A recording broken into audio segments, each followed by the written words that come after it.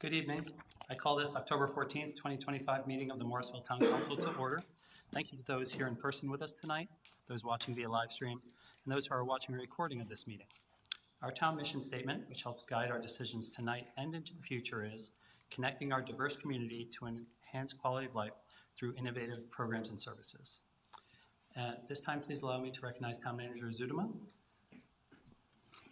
Thank you, Mayor. For those in the room that see a different clerk, so our town clerk extraordinaire, Kayla Bertling, is on some well-deserved personal time. And so because we don't currently have a deputy clerk, our good friend Michelle Parker Evans, who you will remember helped us out in 2024, was my first phone call to say, help.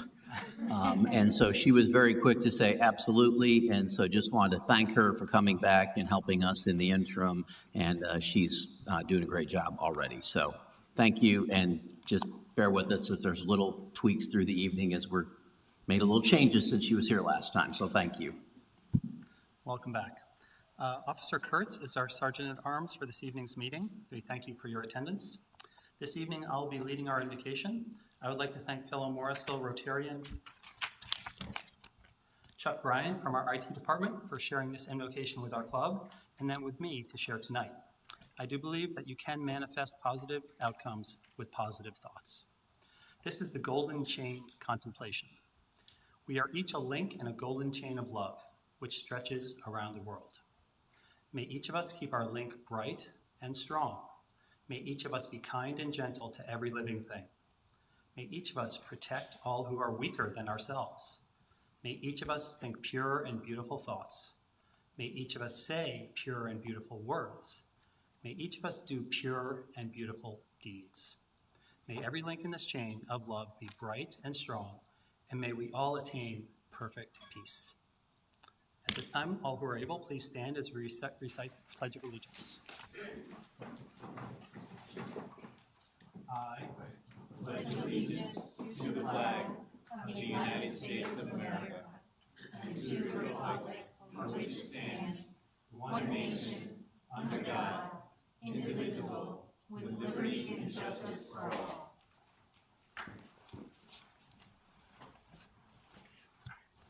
Before we adopt tonight's agenda, Town Council policy is to review and ensure there are no conflicts of interest or appearance of conflict of interest with any items on the agenda. Would any council member like to share anything at this time? Yep. Okay, seeing none, is there a motion and second to adopt this evening's regular agenda? I'll make that motion. I have a motion from Councilmember Rabati, a second from Councilmember Rao, just by a few seconds. All those in favor, please say aye. Aye. Any opposed? Hearing none, that carries unanimously 7-0. There are 5 items on this evening's consent agenda. Adoption of the Wake County Emergency Operations Plan and the Wake County Mutual Aid Agreement. Approval of final Smart City Steering Committee minutes. Morrisville in Motion Transportation Safety Action Plan. Resolution approving purchase agreement for 260A Town Hall Drive. And resolution approving the award of solar installation at MAFC. Would any member of the council wish to pull any item for discussion? All right, entertain a motion and a second to adopt this evening's consent agenda. I'll make a motion to adopt. Second. I have a motion from Councilmember Rabati, a second from Councilmember Scroggins Johnson. All those in favor, please say aye. Aye. Any opposed? Hearing none, that carries unanimously 7-0 as well. We will have 2 proclamations read during tonight's meeting. We will also recognize October as Community Planning Month during our PZB meeting and applaud our planning team for continued efforts to improve our town, and that will be read at PZB.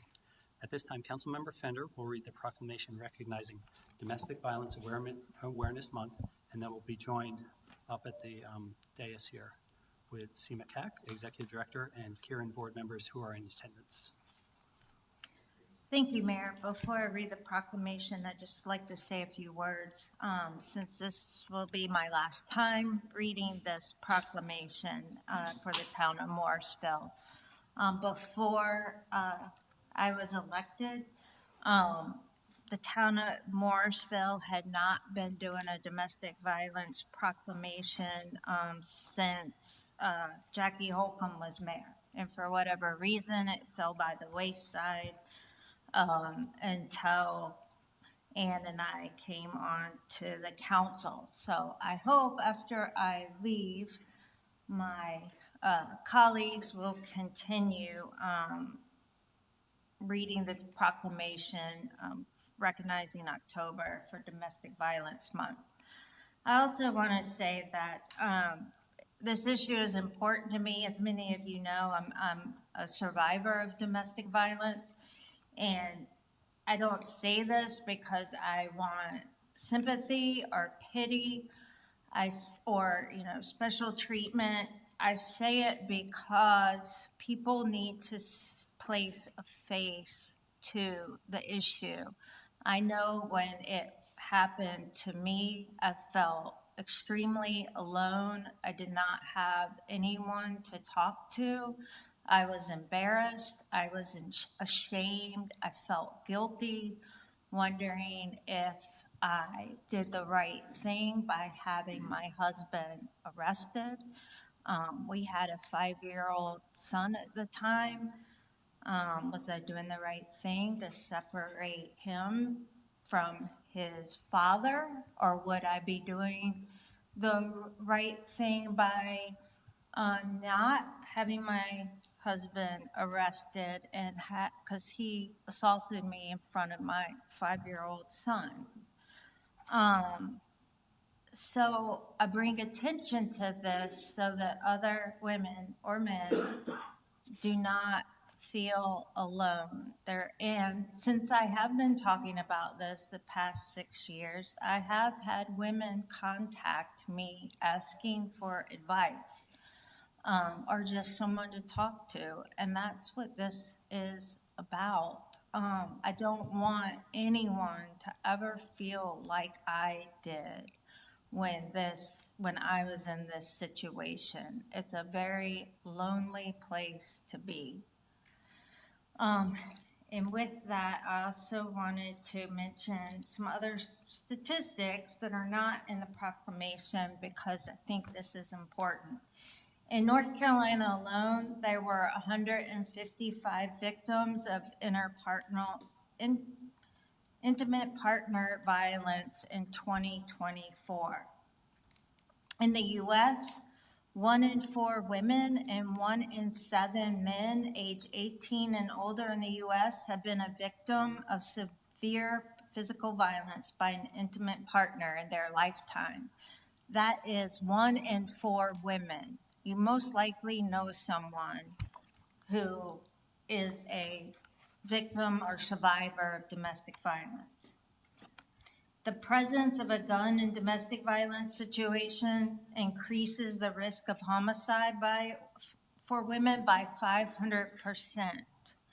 The 2 homicides of women we've had in Morrisville in the last 10 to 12 years, they were women shot by their husbands. Children exposed to violence in the home are 15 times more likely to be physically or sexually assaulted than the national average. On average, 4 to 5 women are murdered by an intimate partner in the U.S. every single day. Let me say that again. 4 to 5 women are killed by their intimate partner every day in the U.S. I don't think it's an epidemic, and I don't think we place as much emphasis on this as we should. A lot because it's a taboo in our culture. Okay, I'll read the proclamation. Proclamation recognizing October's National Domestic Violence Awareness Month. Whereas domestic violence can be physical, sexual, emotional, economic, psychological, or technological actions or threats of actions or other patterns of coercive behavior that influence another person within an intimate partner relationship. And whereas in the United States, more than 10 million adults experience domestic violence annually, and Whereas domestic violence is the single most common source of injury to survivors, more common than automobile accidents, muggings, and rape by a stranger combined. And whereas domestic violence can affect anyone regardless of economic, racial, gender, educational, religious, or societal status. Domestic violence violates a person's privacy, dignity, security, and humanity through a pattern of abusive behavior intended to control and dominate another person. And whereas U.S. domestic violence hotlines receive over 20,000 calls daily from domestic violence victims, these victims need things like emergency shelter, housing, counseling, transportation, childcare, legal representation, and more. And whereas research shows that creating communities where people are connected, supportive, and care for one another can reduce incidents of domestic violence. And whereas we must remind domestic violence victims that they are not alone and urge victims and families to seek aid from the National Domestic Violence Hotline, 1-800-799-7233.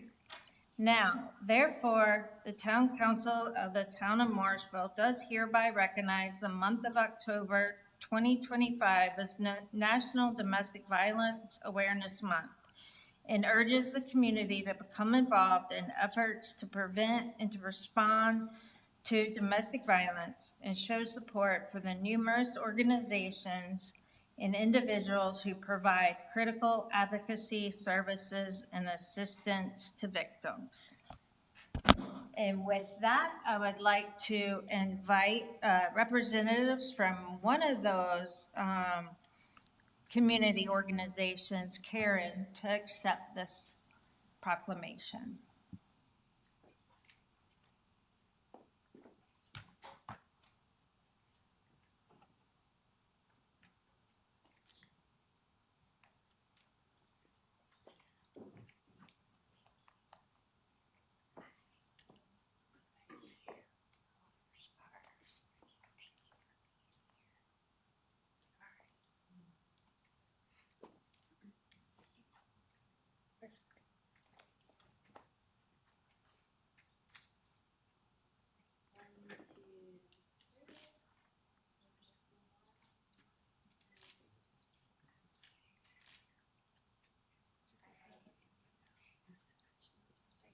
May I just take a minute?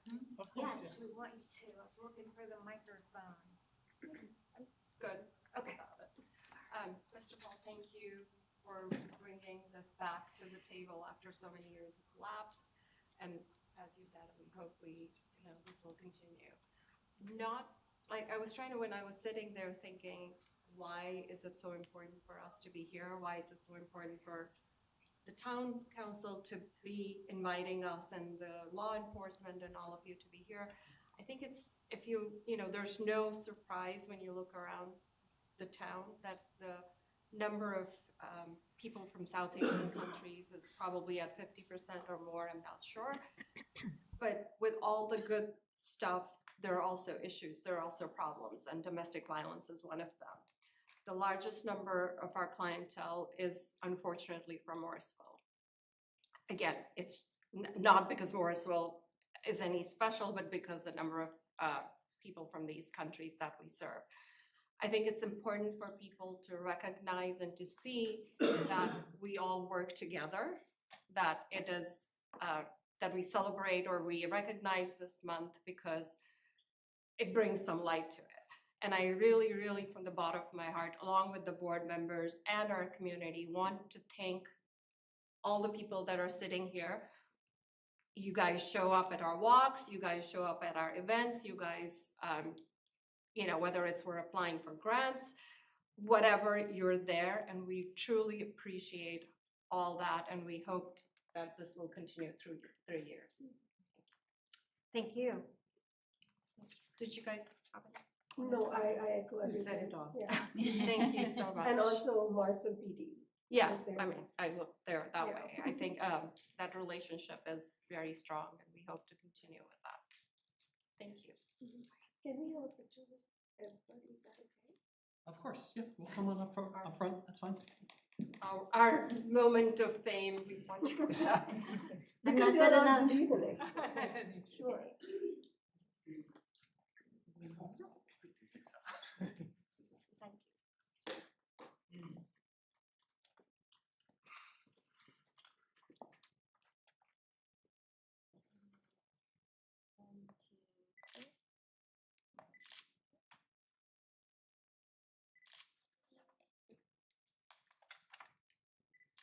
Did you want to come up a little closer? Get a better picture, or are you good? Okay, that's fine. Thank you so Thank much. you so much. Thanks so much for coming out Thank you. tonight. Really appreciate you. Good to see you. Thank you. Thank you. Thank you so much. Thank you. It's nice to see Thank you. you. Best so much. projector. Oh, thank you. I'll be around. Let me know how I did. Yes. I can tell you Scarf though. I mean, they're really great. my neighbor.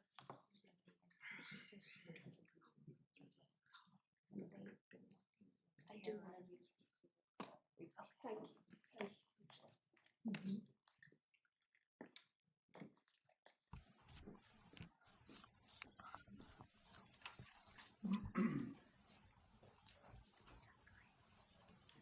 Okay, thank you very much for that. This time, Councilmember Johnson will read the proclamation recognizing Kannada Language and Cultural Heritage Month. So whereas Kannada is one of the major languages of India with a rich literary history that spans over 2,000 years, and whereas the Kannada language is spoken by millions of people worldwide, including a vibrant community in the town of Morrisville, and whereas the Kannada-speaking community contributes significantly to the cultural diversity and enrichment of Morrisville through various cultural, educational, and social activities. And whereas recognizing the importance of preserving and promoting the Kannada language is cultural heritage and its cultural heritage is essential for fostering inclusivity and mutual respect. And whereas the town of Morrisville is committed to celebrating the linguistic and cultural diversity of its residents, and whereas the Kannada Sampage Association has been instrumental in organizing events and initiatives that promote the Kannada language and culture within the community.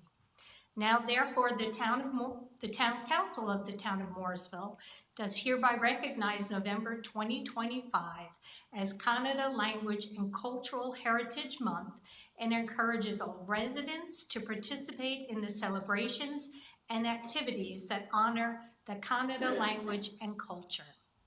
And now I'm going to ask, we have some folks here from the Sampage Kannada Association, the president, Kiran Ganganali, and some other members. If you want to come up, please, and I'll present you with the proclamation.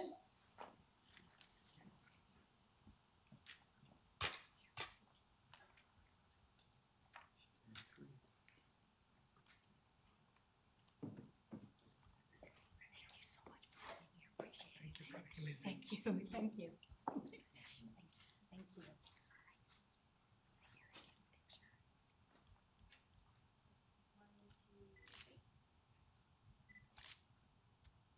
Do a few more.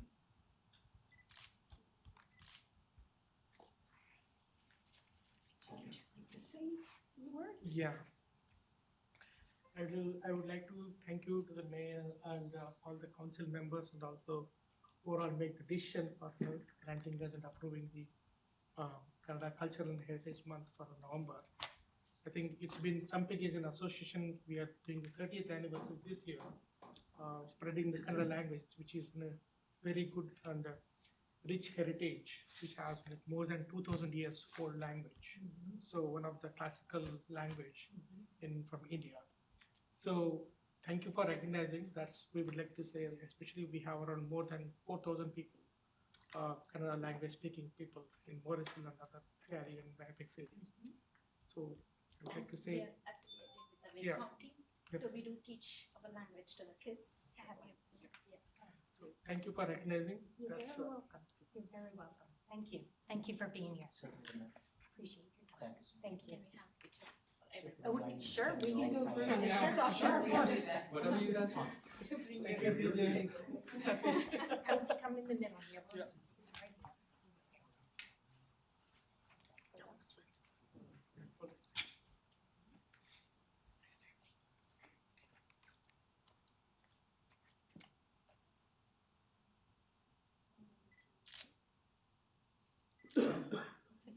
No worries.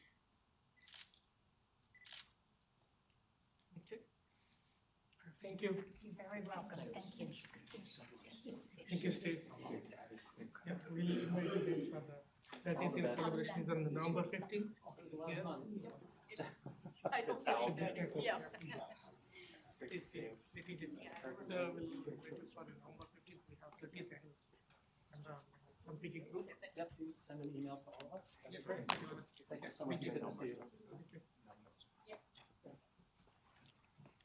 Take care.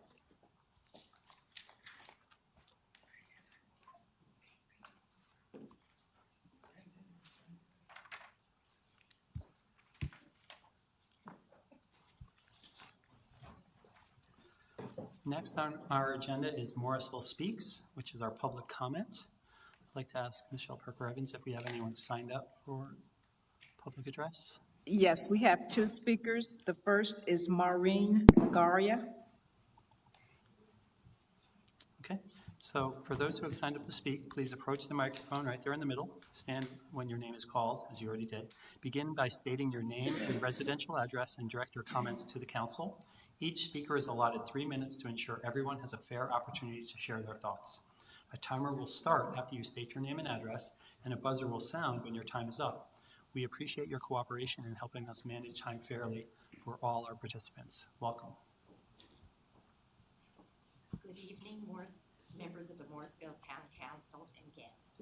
My name is Maureen Lagaria. I want to thank you for the opportunity to present my deep concerns regarding the Phase 1 Airport Boulevard expansion.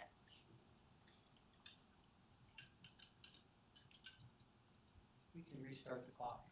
Town clerk, if you like, if you're able. Do I start again? Okay, thank you. Good evening, members of the Morrisville Town Council and guests.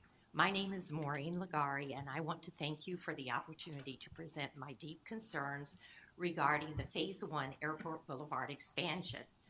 Our advocacy group is in complete disagreement with the approval of this project that, while seemingly aimed at easing traffic and increasing economic productivity for local businesses, raises significant concerns about its environmental, social, and safety impacts.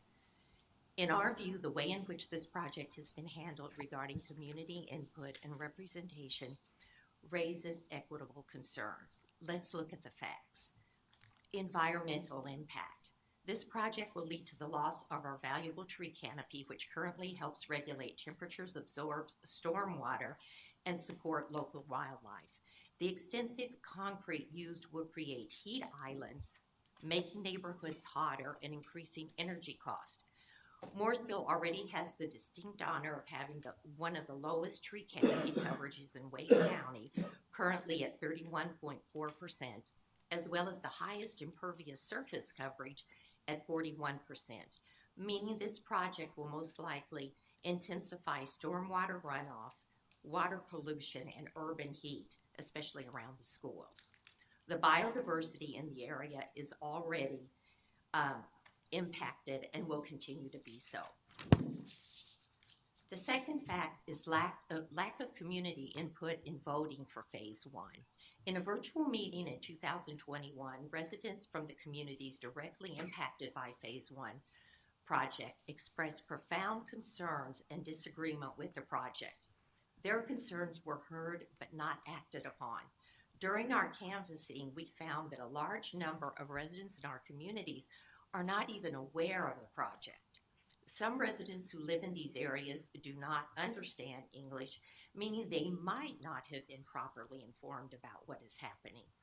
If there was a vote by the representatives from our community, for our community districts in favor of the Phase 1 expansion, then our voices were not represented.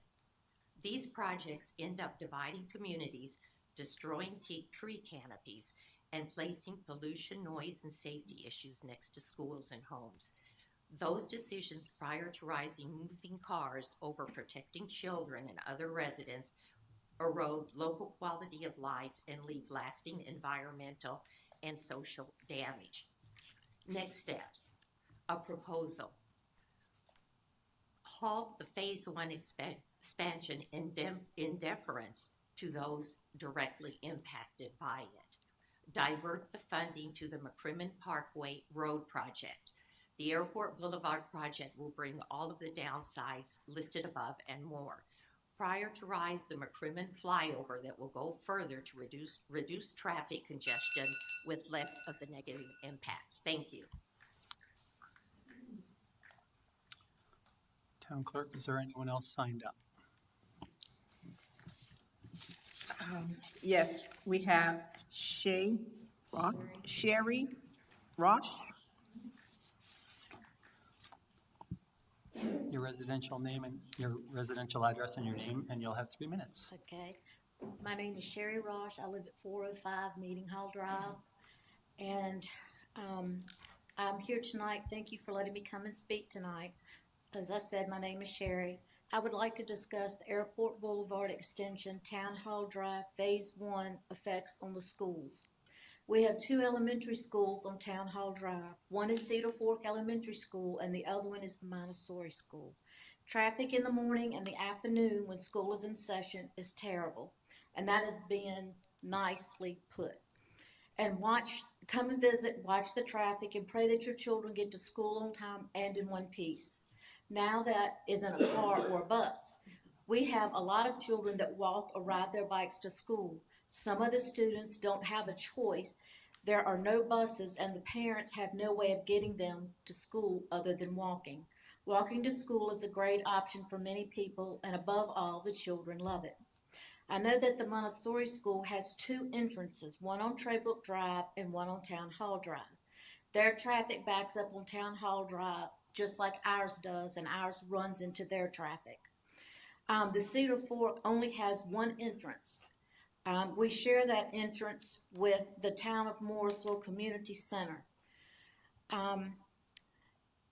We have 3 different directions of traffic coming into the entrance when you're coming and leaving school. But also when people are leaving the community center or the school, they can only turn right. They don't allow people to turn left. So all of the traffic out of Cedar Fork is going right. You would think that would put a long line at the stoplight, but it doesn't, because people are doing U-turns there in front of the community pool and going through the Gables community and doing a U-turn in there. That makes it very dangerous in the morning and well, not as much in the afternoon, but in the morning to get out of Gables community onto Town Hall Drive. There is a huge problem with the extension. It's going to have a large increase of traffic, noise, and the speed is a concern because the school zone is 25. This road is supposed to be 45.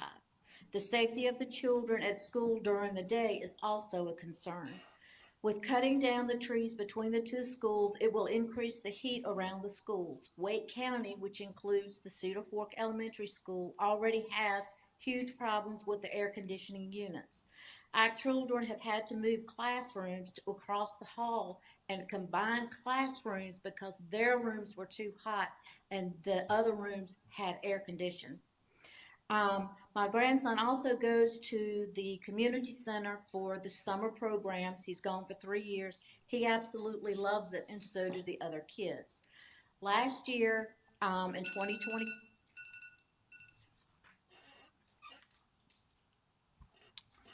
Thank you, and feel free to email us your entire comment, and we'll be sure to read it.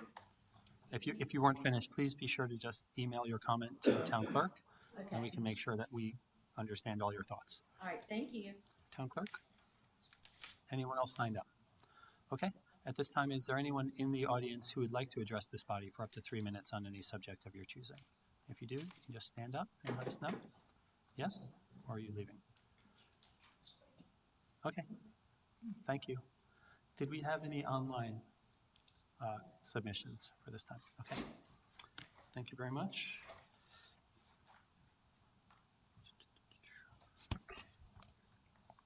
As a reminder, we encourage the submission of written comments as they offer a valuable way for community members to share their feedback. To submit written comments, please email publicinput@morrisvillenc.gov. At this time, we are at council comments. But first, I'll say that for future meetings, events, and resident involvement opportunities for a full listing of our events, please see the town calendar at www.morrisvillenc.gov. Moving on to council comments. Councilmember Rao will share first, and will be followed by Councilmember Scroggins Johnson. Just a few. First of all, I just want to congratulate our town for Wake Med. It was a wonderful ribbon cutting, and it's all about results, action, and what we're bringing to the table every day in Morrisville. So just great job. Councilmember Scroggins Johnson did a great job, and it was a really proud moment for me. Hunts Up Diwali was great. Mayor Colley and other elected officials did great dancing. It's all over YouTube, so it's good stuff. And the final things I attended, an All Things Open Connected Communities Conference this week in Raleigh, and it was really amazing to see the kind of momentum we're getting in technology. And with that being said, I want more Morrisville residents and businesses to get engaged with what's going on in Raleigh with tech, because I think there's a great opportunity. And my final thing is, this will be my last time as a council member during Diwali, and I just wanted to just take a moment. My family and I just want to wish each and every one of you a happy Diwali. It's a festival of lights, represents light over darkness, good over evil. But one of the things I've noticed over my 14 years in the council is just how much we've become such an inclusive community, and it's something that I'm personally so proud of. And I just want to thank my colleagues in the council and the staff for enabling us to share this Indian culture with Morrisville and around the county. And I'm looking forward to my last Morrisville Diwali on the 25th of October. But anyway, it's just a great time, and got some sweets here for some of the council members if they want some tonight. So thank you. That's all I got. Councilmember Scroggins Johnson, followed by Mayor Pro Tem Garamella. I'm not sure this is working. It's not, Hit the right button. Yep. okay, there it is. Now I can hear myself, and I bet you can hear me too. So good evening. Like Councilmember Rao said, we just returned from a fantastic ribbon cutting for the new Wake Med Medical Center right here in Morrisville. This has been a long awaited improvement in our town. Before, we were going to medical centers in Cary and in Durham as our closest specialized care center, but now we have something that is right in our backyard, so we're very excited about that. We have opened some new businesses in the recent weeks. There is a new restaurant called Sip and Spice. It's a fusion restaurant, and there was a ribbon cutting for that, and that was a really fun opportunity. I encourage everyone to check it out. And we are going to be experiencing some great activities this month as well, with the Boo Bash coming up in Diwali. So we're all looking forward to that. The last thing I would like to ask, which is probably a point of order, is if staff could bring us an update on the airport Phase 1 extension, kind of like a status. We haven't heard about it in a while, and apparently there's additional updates that might be helpful for the public and the council to be aware of. So just like just an update of the status. Could be an administrative report, just some more information about where that project is and what are the timelines associated with it. Yes, ma'am, we can certainly do that. Thank you so much. That's all I have for this evening. Thank you. Mayor Pro Tem Garamella, followed by Councilmember Johnson, please. No comments. Councilmember Johnson, followed by myself. So I echo what my other fellow colleagues said, but also just want to welcome Wake Med to the town of Morrisville, and great amenity for our citizens, and thank Councilmember Scroggins Johnson for her remarks at the ribbon cutting. Very well done. Thank you. I'll be speaking, and then Councilmember Rabati. I want to say thank you to all the HumSub board members and trustees, including Mayor Pro Tem Garamella, who's one of the trustees in that group, the volunteers, sponsors, the town of Cary, the countless vendors and dance studios, and so many families for a really fun Saturday, which brought together people from all over North Carolina and beyond for the 25th annual Diwali Festival held at Cocoa Booth Amphitheater this past weekend. And apparently we got some coverage actually over in India for our wholehearted engagement and embracing the culture and traditions, which shows that we help our region to be a place where everyone knows that they belong and are welcome. Thank you also to George McDowell and Trees for the Triangle for providing municipal candidates an opportunity to plant a tree in the Cary Tree Archive. I planted a willow and have been happy to have helped expand the archive in Cary since its inception. And I look forward to continuing our tree planting programs here in Morrisville with the hope for an official tree archive sometime soon. We had a great walk roll to school this morning with the Cedar Fork Elementary Stingrays. Thank you to Principal Trevor Roberts, who's new over there, the staff, families, and Shomika Seabrook and the whole PTA for encouraging more walking to school. Our police and fire were present and are always a favorite of the youngest students here in Morrisville. Congratulations to Morrisville and welcome to Wake Med, who opened the medical park to serve our region. At this time, I would recognize Councilmember Rabati, followed by Councilmember Fender. No comments. Thank you, Mayor. Councilmember Fender? No comments. Okay. Moving on, Town Manager Zudema, do you have any comments tonight, sir? Just a couple, well, three quick things. One, going back to Councilmember Rao's comments about the performance, I'd also like to recognize our own Fire Department Battalion Chief, Catherine Boyle, who proudly represented our staff in that. So we're excited that she's reaching out into the community like that. So please pass our thanks along. And thanks to Chief Dooley for, of course, encouraging community engagement as he does. Secondly, friendly reminder, you have a roundtable discussion at the work session on October 30th. The deadline for submittals on that is next Monday, the 20th, please, so that those can get compiled in time for that. And then also just a reminder, the new strategic plan is close to ready to print. So if you would just shoot me an email and let me know if you're interested in just a digital copy or if you like a hard copy and if you would like it framed, and we'll get whatever you're interested to you. Thank you. Thank you, sir. At this time, we're at presentations. We have two presentations tonight. We now invite Kyle Cooper, Capital Projects Manager, and Mark Spagnoli, Engineering Director, to the podium.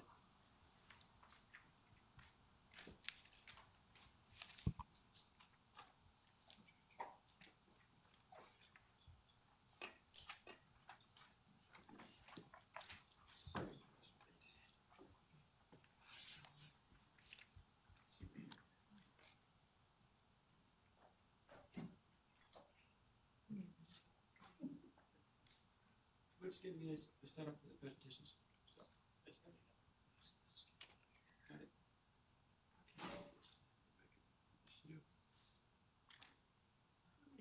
Okay. So, good evening, Council. It's a pleasure to be here tonight. I have the pleasure of reintroducing John Scott Coley from EDP, who is tuning in from London and burning the midnight oil. So, and we also have there we go. We also have Penny Whitehart with Creative EDC here tonight. We're going to be showcasing the finalized visioning study and the economic impact report for the Church Street Park redevelopment study that we've presented to you all previously on May 27th for the work session. So we have two brief presentations for you tonight. One is a recap of the visioning study, which also answers some of the council questions that came up from that. And then we have a presentation on the economic impact report that Penny will be handling. We'll ask that you hold your questions on both presentations until after Penny completes hers, and we will have John Scott and Penny be able to answer any questions on both. So I'll be running the slides, and John Scott will be taking over from here for the presentation. So, John Scott, feel free to speak up and just let me know whenever you're ready.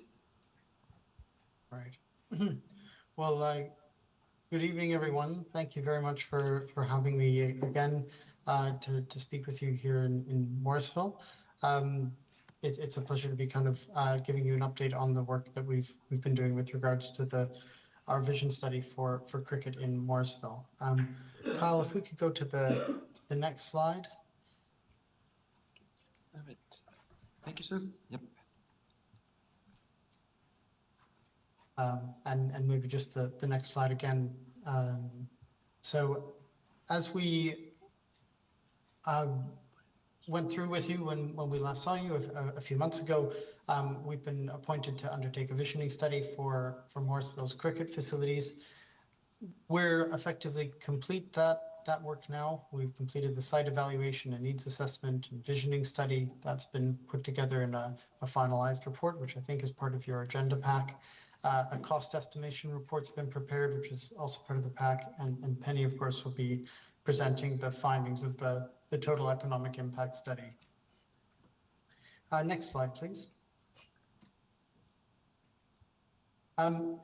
The ambition set to us was to enhance Morrisville's capacity to host top-level national and international cricket while maintaining access to the park. And so there's clearly a balancing act to be held where we still wanted to maintain public access to this beloved park, but be able to elevate the level of cricket that's played there.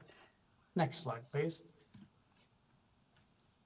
Our response to this is that we think the town of Morrisville should set out to build America's favorite cricket ground. It's not necessarily the biggest, but it's the one that everyone will want to come to time and time again. And we think this is the way that we can make the best use of this incredible landscape that you have in Morrisville and in North Carolina generally, and sort of nestle cricket within the park of Church Street Park. Next slide, please.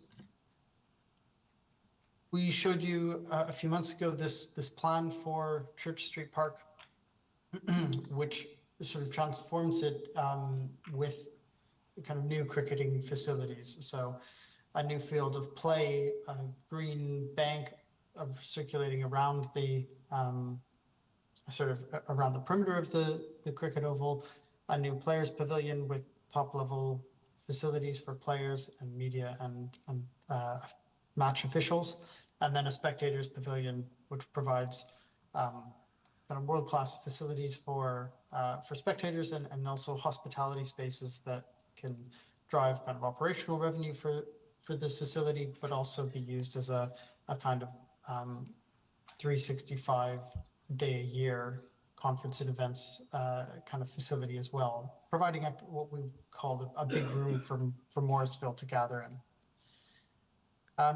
If we could go to the next slide, we showed you images like this one here, where we were trying to evoke a kind of atmosphere of using the park to its best advantage while still hosting competitive cricket. Here we're showing the Players Pavilion, and if we go to the next slide, we're showing you the Spectators Pavilion. This kind of pair of two buildings that kind of frame, you know, a really lovely cricket venue, but without spoiling that kind of really unique character of the park itself.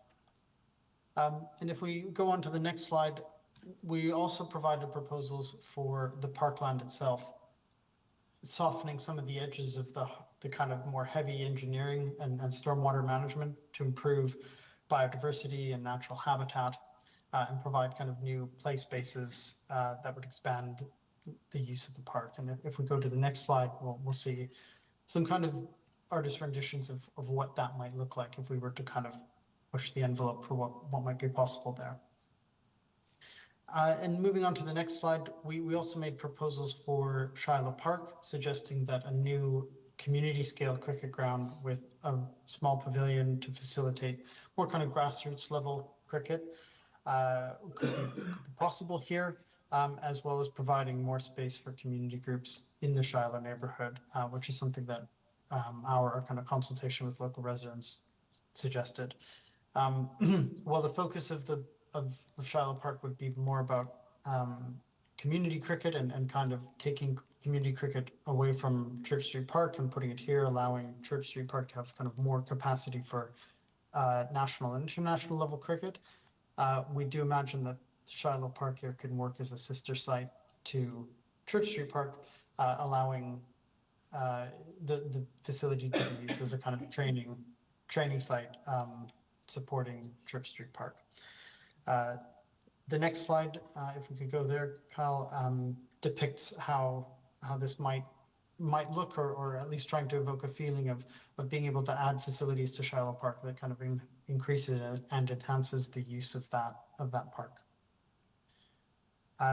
Onto the next slide, we also showed you the rough order of magnitude costs, demonstrating that the full build out of Church Street Park, which we called option 1, and then Shiloh Park, which we called option 2, would be about $117 million. We attempted to try to prioritize this to show you, kind of from left to right on the slide, what was most critical and urgent for being able to host international cricket. And it's not necessarily to say that one thing is more important than the other, but just that if the ambition is about cricket, the priority things have to be around the field of play and the lighting in the Players Pavilion. Whereas, the shot on the other end of the spectrum, Shiloh Park is it's a nice to have that enhances that, but isn't so critical for actually hosting international cricket.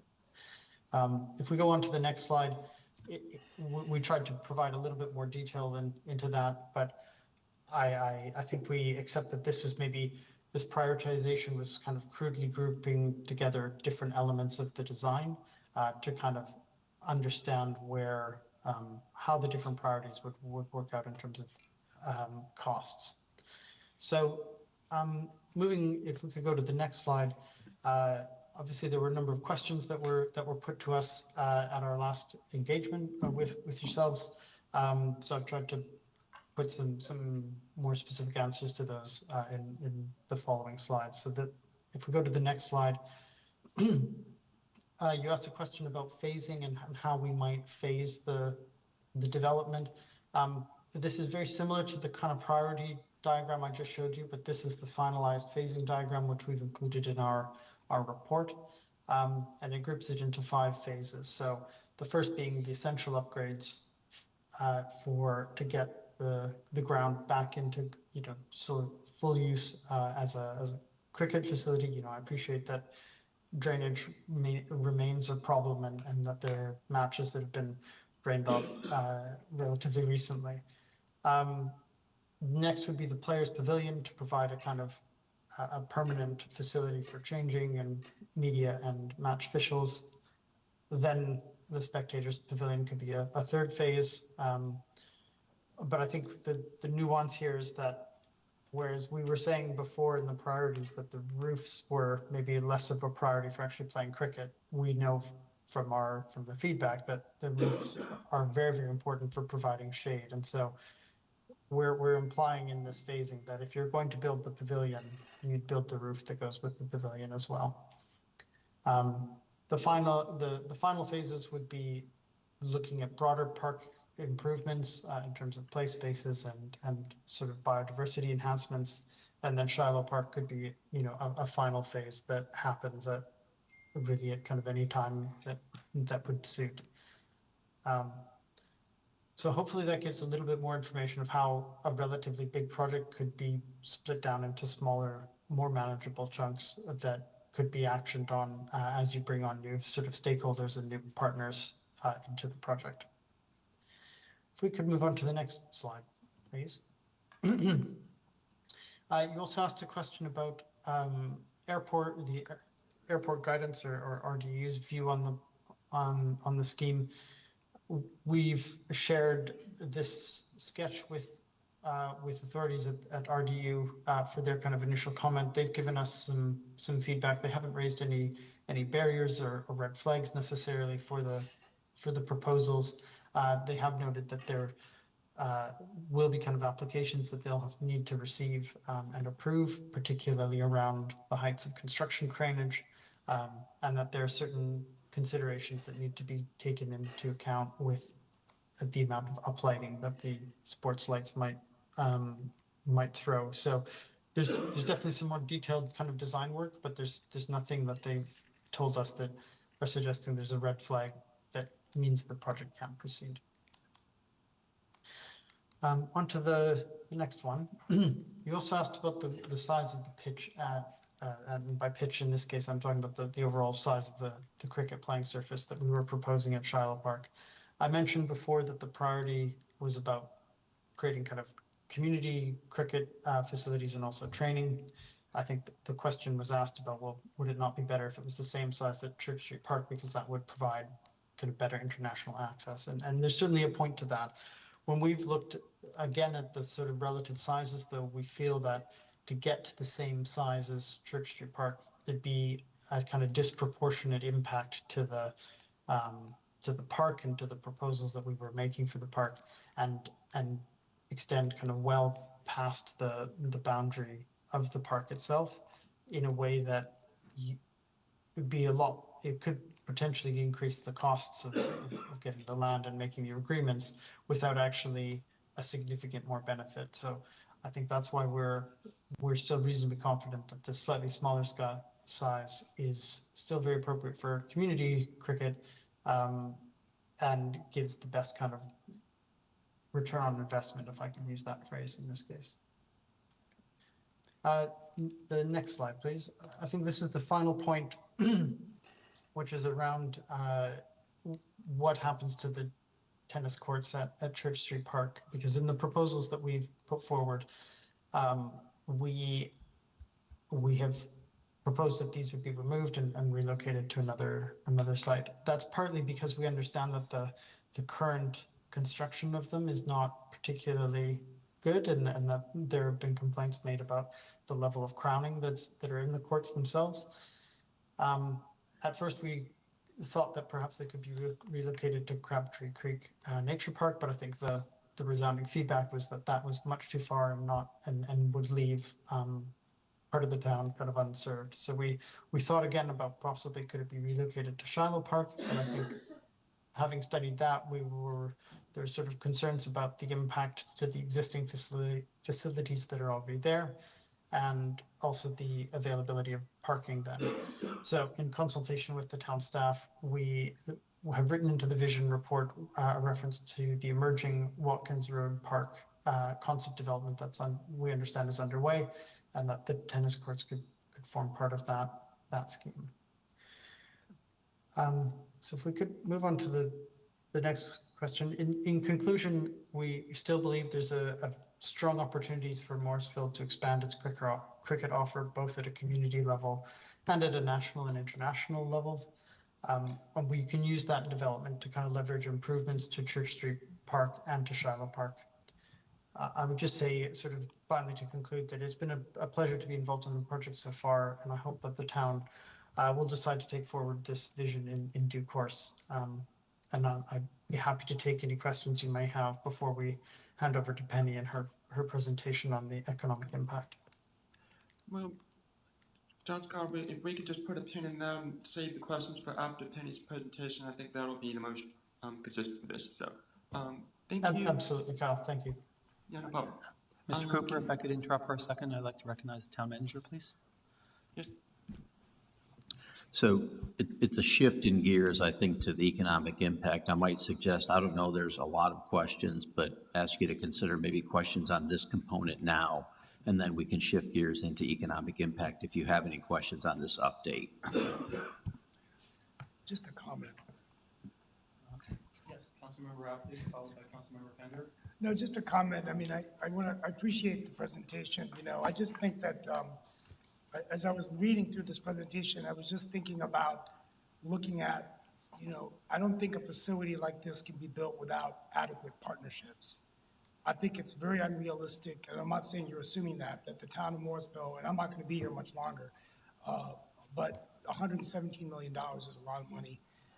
But I think that, you know, if you look at Wake Med Soccer Park, for example, that was built, 14 million of that came from the hotel occupancy tax. And then the land came from the state, and there were there was a team already playing there. So I just think we've talked about the moving parts of cricket. We don't really know, you know, we haven't got Major League Cricket back. We don't know it. And so I think these are things I think we all have to factor in. I'm just speaking, you know, for the public and for the council, that I just think these are things that we need to also know before we even consider a facility of this magnitude. What are the partnerships? Where's the funding going to come from? Where are the spectators going to come from? So anyway, just wanted to throw that out there for my expectation of where I'm coming from. Thank you for that comment. Councilmember Fender, followed by Councilmember Johnson, please.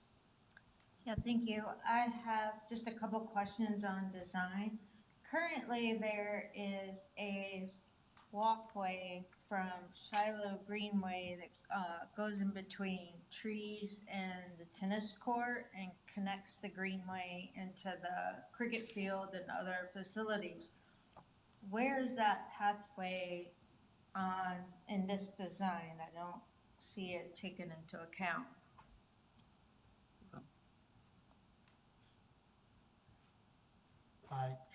I can answer that fairly directly. We have, I believe, accounted for that walkway. So actually where on this plan, thanks for bringing that up, Kyle, where the number 7 is indicated, that is effectively the point where the Shiloh Greenway, so the Shiloh Greenway is running north to south along the left-hand side of that drawing. And then at the sort of number 7, it is, I think, the point where it turns off and enters into the park as it does now. So our proposals suggest that that's retained, perhaps slightly reconfigured with maybe a gentler slope and maybe a little bit more soft landscaping. But we think that a really key part of the way that this proposal is successful is that it encourages people to walk and use the Shiloh Greenway as a main way to enter to the ground. We think that's an incredible sort of experience to be able to kind of be walking through the forest and then come to the cricket. And we think that would be very popular. So we definitely want to retain that. Okay, great. And then my second question is regarding the, there's currently a gravel pathway, gravel drive from Church Street for access to the switchyard with Duke Energy, and it splits off from at the entrance at Church Street. How is that accounted for here? Where's that pathway with this design? Yeah, we're in this proposal, we're imagining that gravel pathway is effectively becomes the parking of the revised park and cricket facility, and that an agreement could be made with Duke Energy, but should still allow them, access through that parking and through that roadway to their substation, and any necessary, manhole covers to access their utilities if that was necessary, but effectively to use that space to its best advantage so that you don't have effectively a separate road that no one can access. I understand the idea behind that. However, I'd be a little concerned with, I don't know the statistics of how often Duke Energy needs to go back and forth through there, but currently the way the design is now, it separates the Duke Energy traffic from the individuals using the park. If we stick with this design where you're integrating the two together, you're introducing large trucks going back and forth through that parking lot where kids and people using the park are gonna be walking back and forth. That's not exactly ideal. If I can help, Councilmember Fender, we've had some preliminary conversations with Duke about it, and really at this stage, it's in the we're in the vision stage, right? So this allowed us to maximize our use of the property, and my understanding for the substation access is that they visit it once per month for maintenance. It's not more frequent than that, so it's not too intrusive. I do recognize your concerns, and they are important, but we think that we could make it work if we get to this stage and try to maximize the use of our property. But that is a valid concern. Yeah, what if they need to have another expansion out there? like they just recently did. It's a good point. We would have to work through that if that was the case. If they'd have to use this as access, we'd have to figure out maybe there was a limitation on the access hours and stuff like that. But we haven't thought that far ahead at this point. But that is a very good point. We'll take note of it. All right, appreciate it. Thank you. Councilmember Johnson, followed by Councilmember Rabadi, please. So in, I forget what slide it's on here, in the presentation, there's a reference to Watkins Road Park. I want to be clear on that. Are we talking about the Wake Tech property? Was in reference to moving, in reference to moving the tennis courts? So that was, if you're familiar with Wake Tech, the Wake Tech parcel, that's where we're considering that. It's just Watkins Road is another name for that Wake Tech parcel in that area behind the Okay, I just wanted to clarify that, make sure. So I thought though that the use of that property needed to be more passive. Is this a real possibility to move the tennis courts there? I think we're looking at our options, and we're gonna flush that out as part of our Parks Master Plan.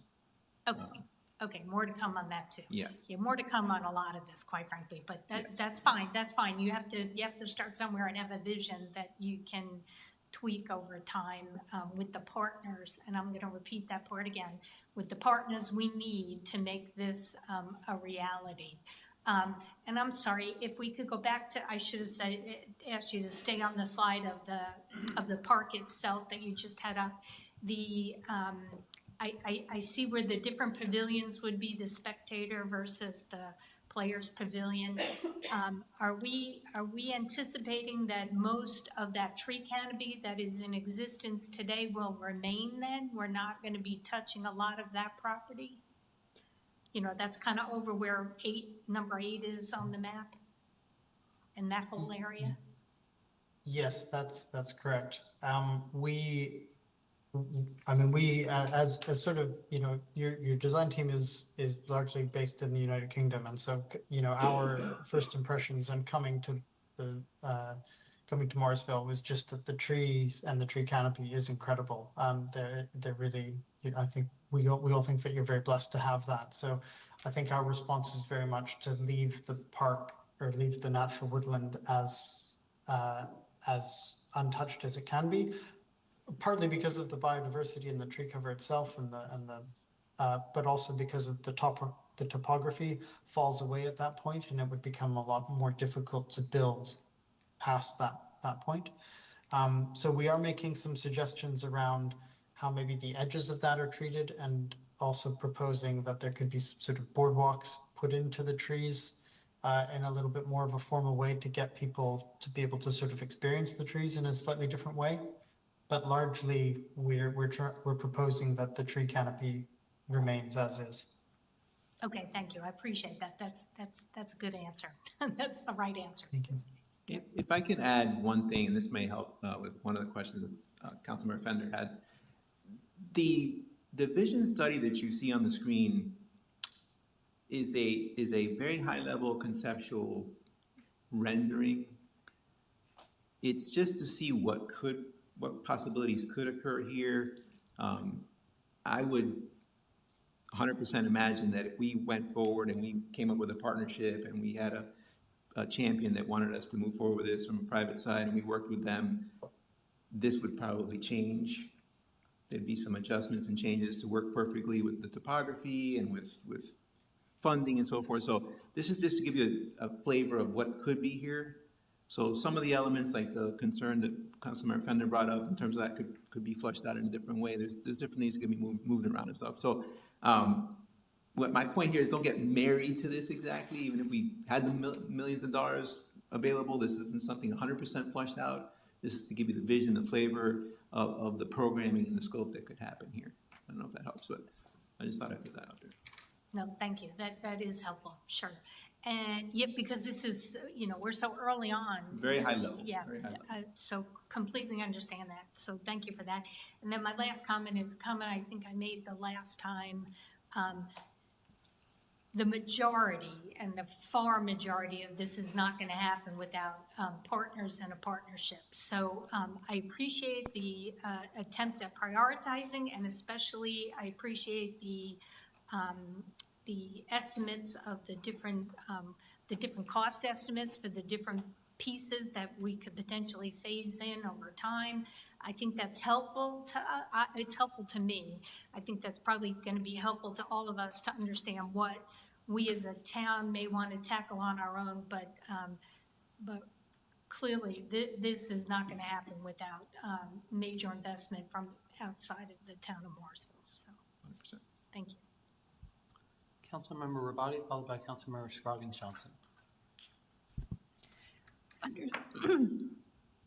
Understanding that the ideal would be that people would, as much as possible, access the park from the greenways. There's a significant portion of people in Morrisville that don't have safe greenway access to this park. So I'd like to ask some questions about the parking lots and the parking. Has the parking decreased from what's there now in this view? I see that it's been reconfigured. Is there less parking than there was? I may need to take a moment to double check the exact numbers, but I believe that largely the parking is about the same. It may be kind of plus or minus 10%, but it's reconfigured rather than removed or added to. Okay, I just want to make sure that we're clear that, because in my district, no one has safe access to this park via the greenways. I mean, you cross two major roads and also it's, you know, it's just not accessible via greenway. So we need to make sure that this park is still going to be accessible for the tennis courts, for the basketball courts, for all the other amenities that we don't have over on the Breckenridge side of town in Northwest Park, that these facilities are still going to be available to people and that they're going to be able to park there when they come to use them, because it's not that people don't want to walk or bike, you know, or that they're just worse people, but safety is a major concern trying to get to greenways from that side of town. Yeah, absolutely. And I think how the park is operated as a park is probably works in a slightly different way than when the park is being used as a sort of host venue for a major cricket event. And I think maybe when I was talking about the access from the greenway, I think I was meaning slightly more in a match scenario where you can, you know, you're funneling larger groups of people and you can sort of set up routes and management strategies for the crowds in a way that direct people in that way.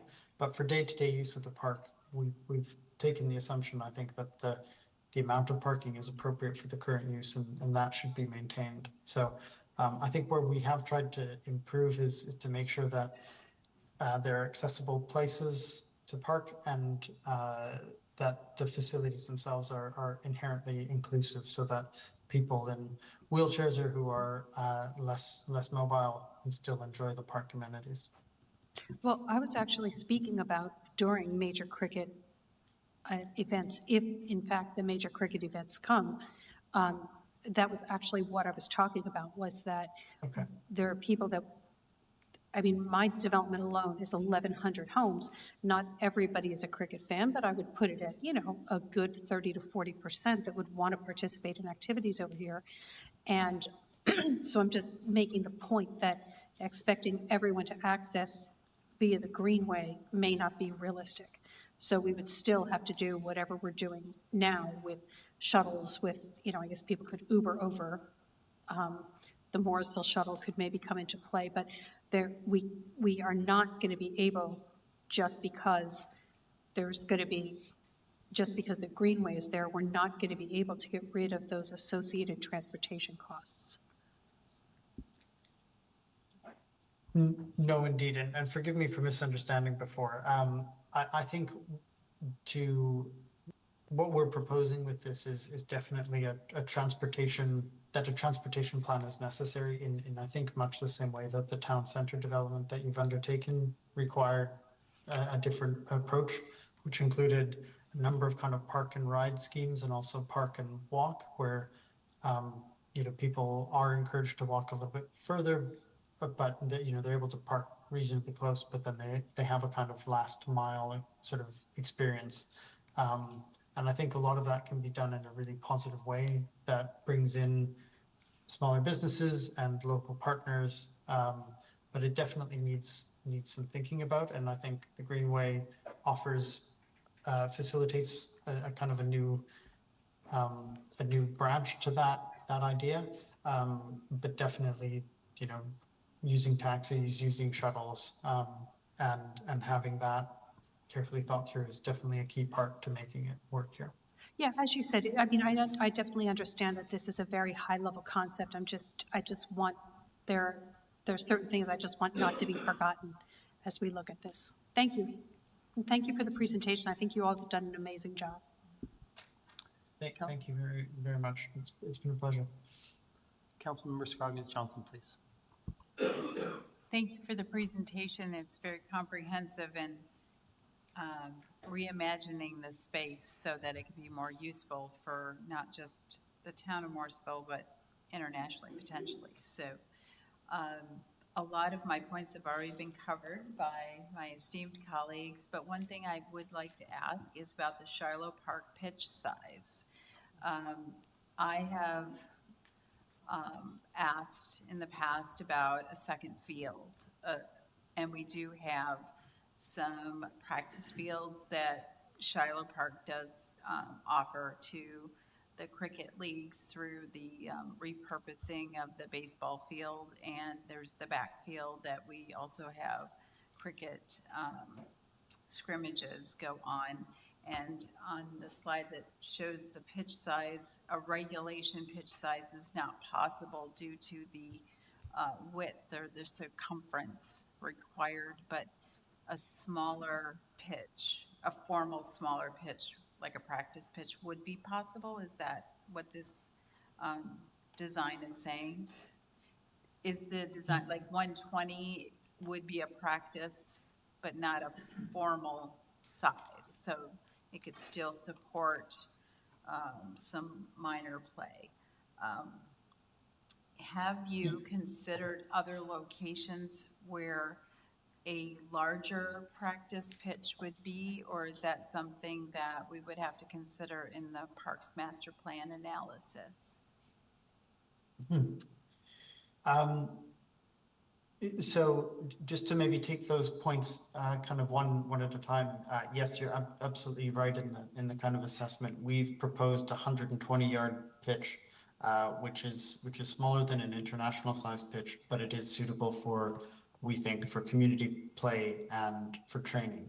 To go for a bigger pitch, 150 yards, you're into a much kind of bigger scale of impact, and especially with the sort of properties around, which we're not sure is worth it for what you would get from that. But I think having we're doing another project in the UK here for one of the kind of professional cricket teams, and they're going with a similar arrangement of one kind of quite big pitch and then one smaller one to support more community and grassroots play and also sort of just younger ages as well. In terms of the question about have other sites been considered, the scope of our study was Church Street Park, Shiloh Park, and Crabtree Creek Nature Center. We felt that Crabtree Creek wasn't an appropriate place to try to redevelop for cricket. I mean, the size and shape of the area isn't particularly suitable, and also it's all within a floodplain, which made development quite difficult. And I think also there are competing proposals for that space. It also felt just a bit too far and a bit disconnected from what felt like Church Street Park needed to be the kind of the center of cricket in Morrisville. So for all those reasons, we landed on Shiloh Park being a really good kind of sister site, if I can use that phrase. But you know, I understand that there's an ongoing study for a new master plan for the parks generally, and perhaps cricket should play a kind of key part of that as well. Thank you for that thoughtful response. My thinking was, you know, having that, you know, practice field as you tee up for the major playing field as well. However, when you're considering tournament play, to have more than one tournament size field makes for a better pitch, no pun intended, as to why Morrisville would be the town of choice for such an event. And I know that we have neighboring towns that are considering cricket pitches. There's several projects going on. They could have an international size cricket, you know, stadium. Then the region could, you know, support a larger tournament kind of thing. So I'm just kind of thinking that if this is what we can fit with the proximity of being, you know, cricket corridor, then that makes a lot of sense. So thank you for that response. That's all I have. I like the idea of working regionally and having someone else do another one kind of our size. We're going to be the really nice boutique one forever. We might be able to achieve this vision, but if not, I really think the lights and the field are just really key in the short term. So that's my main thing. In the imagery, it did not show we have a walking track around the field anymore.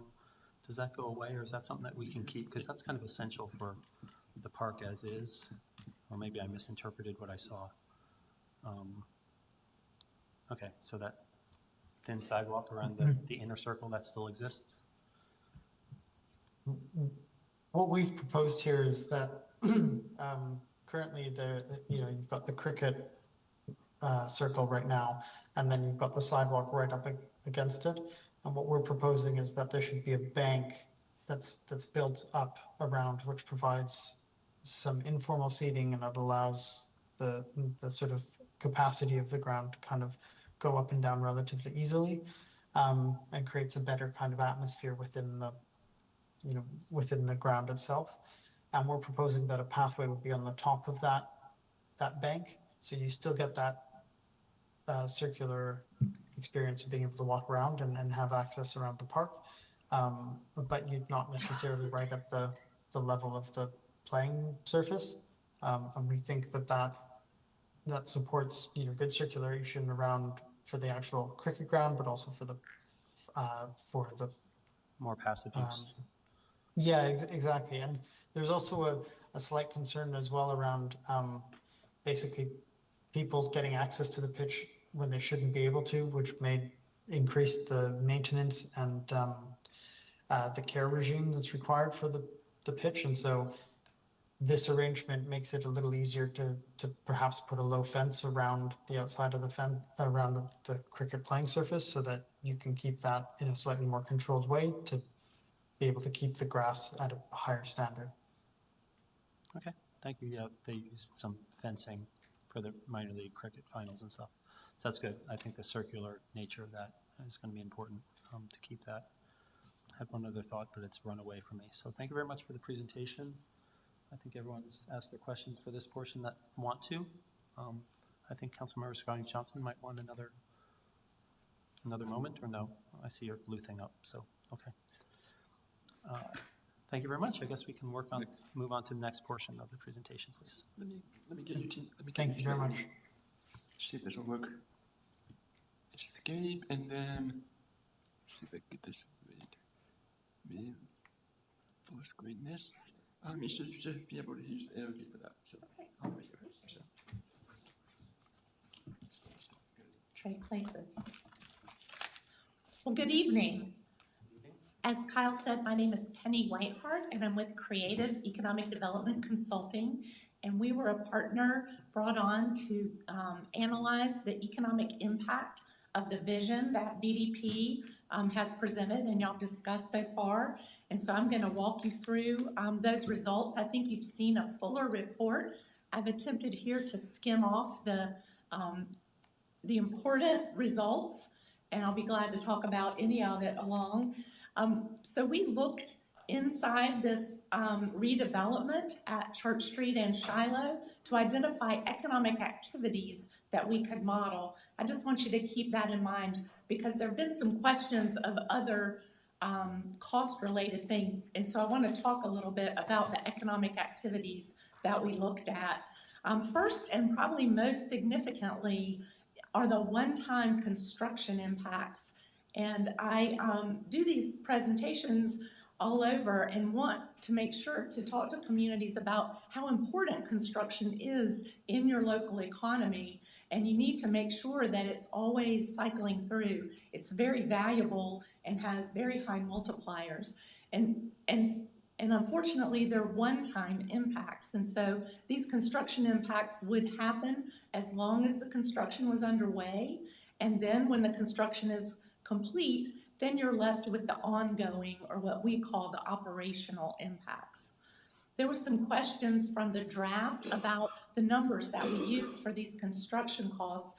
And that's because we have to use just the hard costs of construction. So we removed the FF&E that were in your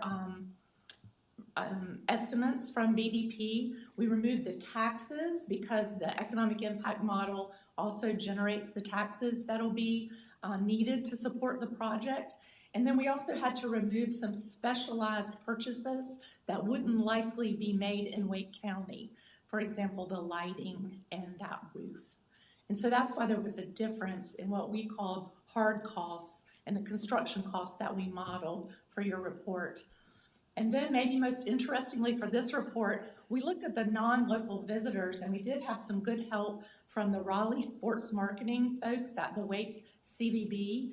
And we looked at some analysis they had done of cricket events here in Morrisville in the past and used those as models to think about, increased both tournaments and international friendlies, and had some feedback from Parks and Rec about activities and tournaments and events that they had not been successful in recruiting, but they could imagine being here. And so we sprinkled those throughout the year and estimated visitors, again, using some of the models that Raleigh Sports had with their analysis of your earlier events.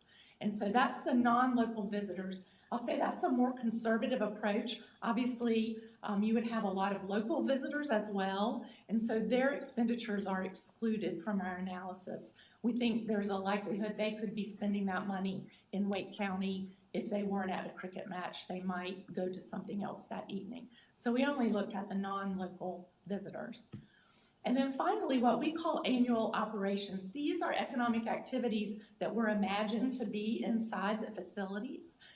There was an opportunity for retail that, depending on the decisions y'all make and your partners and operators, the retail could be open year-round, or it could be open only during large events, and the same with a restaurant or cafe space that was there. And so we made some estimates about annual expenditures in those facilities. There also would be facility rental fees to the town that would be increased, both because you'd be able to use Church Street more frequently if Shiloh was available for some practice or for some events that had been at Church Street in the past. And so we also looked at increased facility rental back to the town.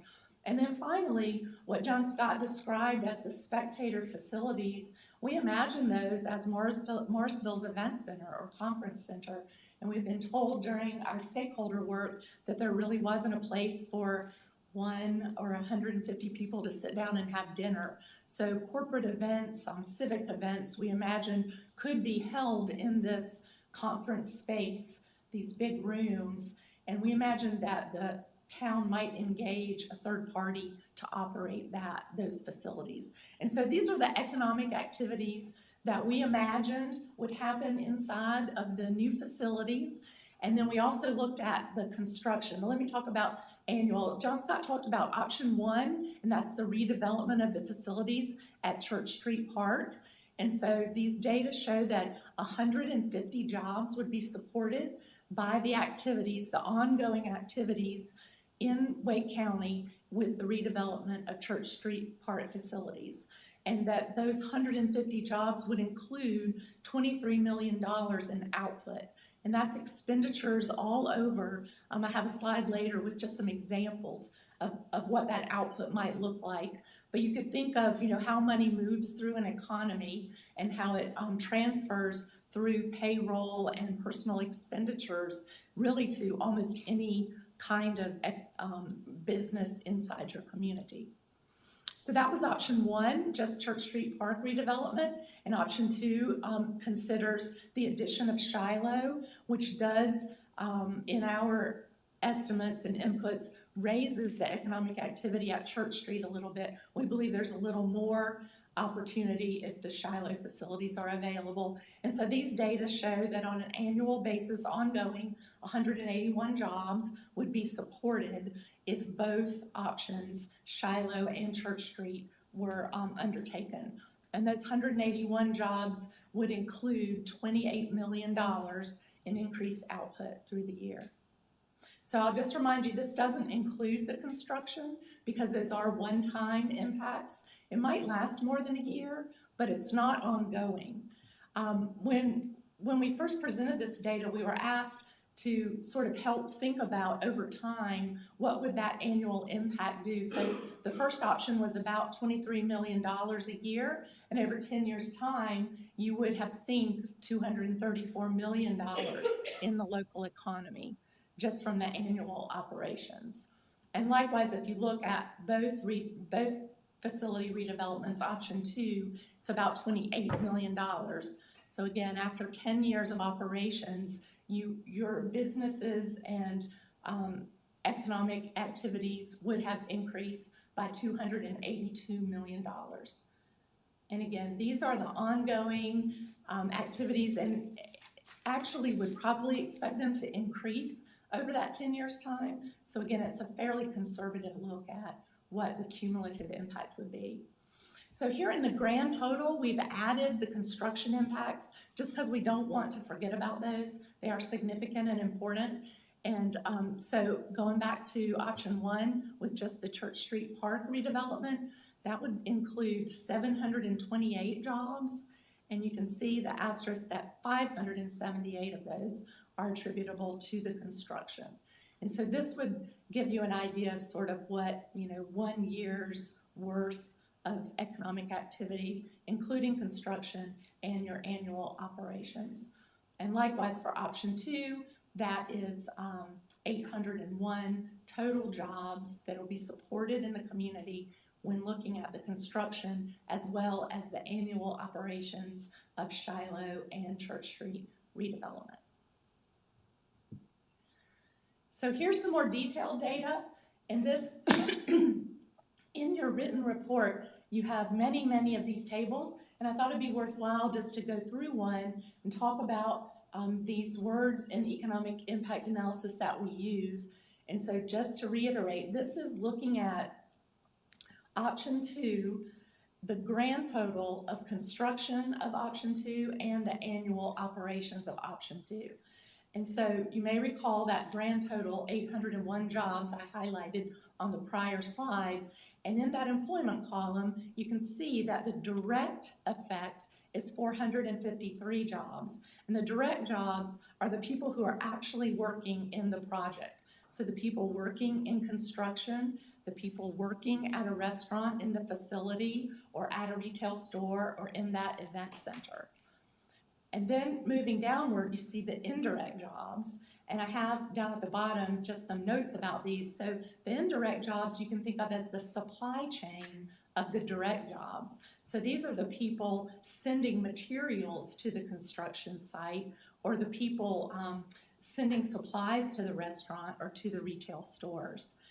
And then finally, the induced effect, sometimes these are called the tertiary impacts, and these are related to the personal expenditures of all the people above. So all of the people whose jobs are supported by the activities inside the Cricket facilities and in the supply chain of the Cricket facilities, those people are paying for residential real estate.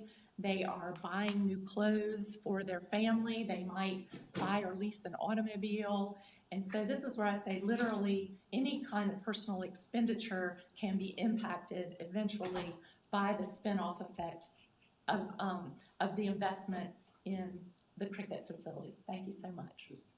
And so you can, I won't go through each of the rest. The labor income is actually the money that is going into these jobs, both the direct, indirect, and induced jobs. The value added talks about the delta, the increase, while the activity is going on here, and then the output is the total expenditure, which includes the value added and the income. I was asked to make sure that when we did this economic impact analysis and this quantified results that we gave you, to also think about and communicate the non-financial benefits that facilities like this have for communities. And we did some case studies looking at new and expanding cricket facilities in Florida and Texas. And then we also looked at some municipal sports facilities here in North Carolina, including Wake Med here in Wake County. And so would just call your attention and ask you not to overlook the importance of civic pride. There's been talk tonight about the importance of cultural exchange here in your community, the visibility of Morrisville and its image, and placemaking, recruiting people and companies. I think that these visions for cricket redevelopment in Morrisville are truly inspiring. I think they'll generate a lot of great conversations here at the town, and I want to make sure that you think about how you'll get others talking about you as well. So I'll stop there, and I'd be glad to answer any questions. Councilmember Rabati, please. Would you mind going back to slide 8?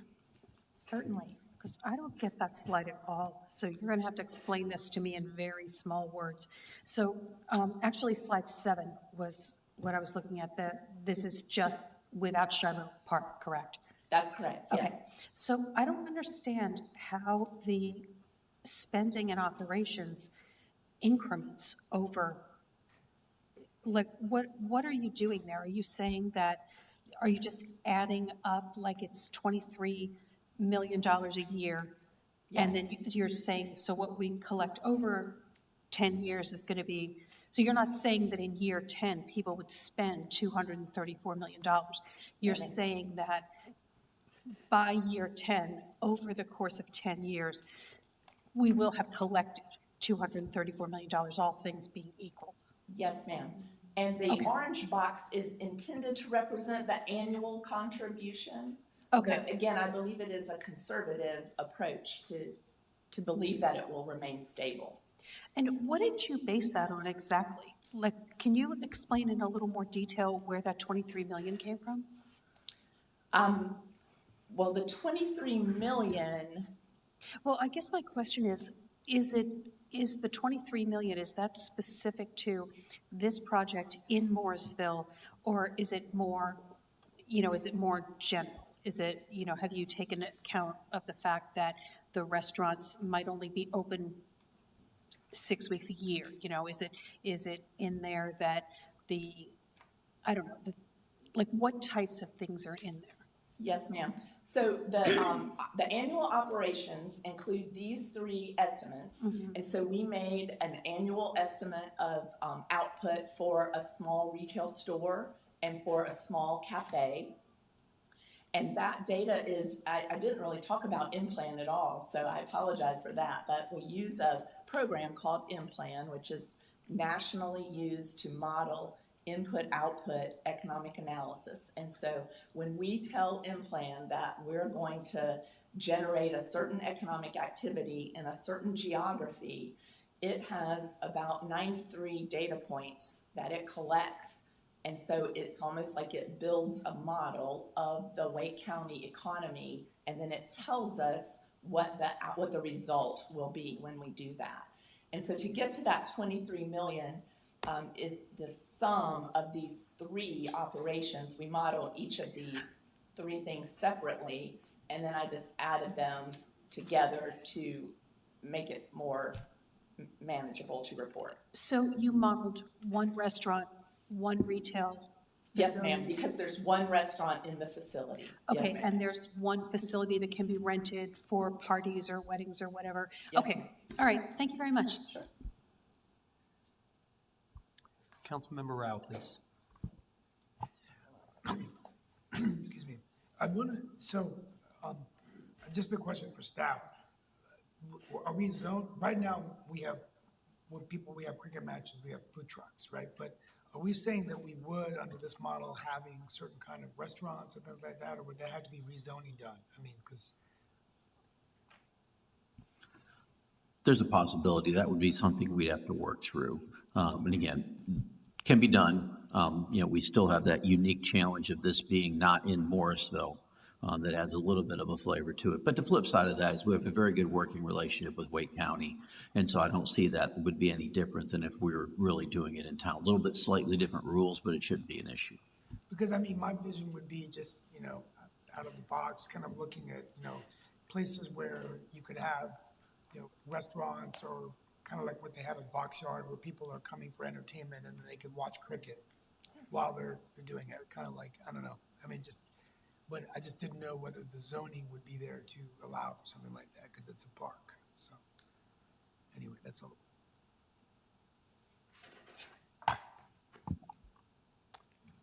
I don't see any other questions or comments at this time.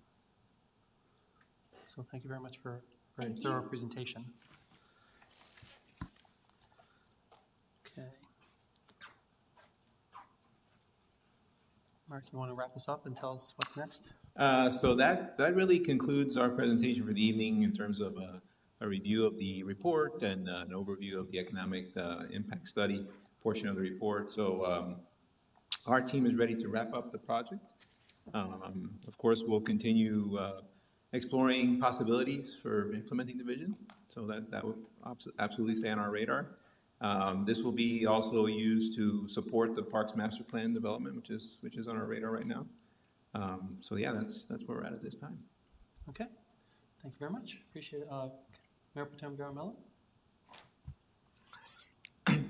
I think one question I have is, with all the numbers, you know, she has presented, are others also providing the same kind of things? Like, you know, do you know if, have you worked with anyone in Wake County to provide these kind of numbers?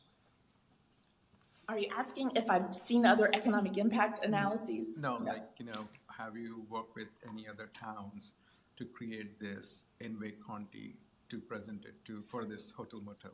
I mean, not for a cricket pitch, sir. No, But yes, sir, we do economic impact analysis for towns and economic development agencies. I'll say most of our experience is in retail and mixed use and manufacturing and industrial parks. But we enjoyed this, and universities, hospitals, but we enjoyed learning about cricket very much. No, the only reason I'm asking is when you're providing these numbers to Wake County, obviously, we will take this and provide to Wake County. It's not the first time they're seeing this. They're used to seeing these kind of numbers, is what my question is. Yes, I believe so. And I'll say we worked pretty closely with the CVB, and they understood the interest in the grant program, and they were very helpful and responsive in helping us put this together. They have a lot of good data about Morrisville activities. Okay, thank you. Yes, sir. Thank you. And CVB is the Convention and Visitors Bureau, Greater Raleigh. So that's a very trusted source for this, all of this type of information, which is really important. Thank you for working with them. Engineer Spagnoli, anything else to wrap us up? You kind of already did. Thank you very much. Thank you very much. Appreciate you. Appreciate it. Okay. This time, we're going to invite Nancy Daly, Wake County Water Resources Program Manager, to the podium for our next presentation.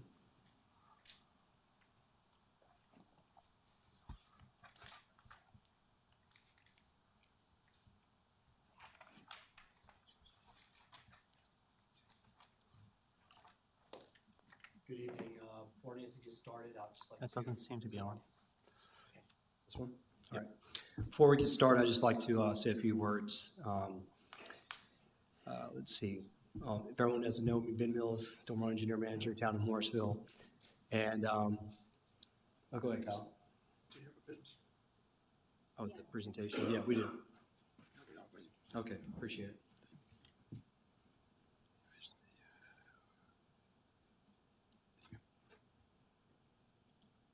Thank you, Cal.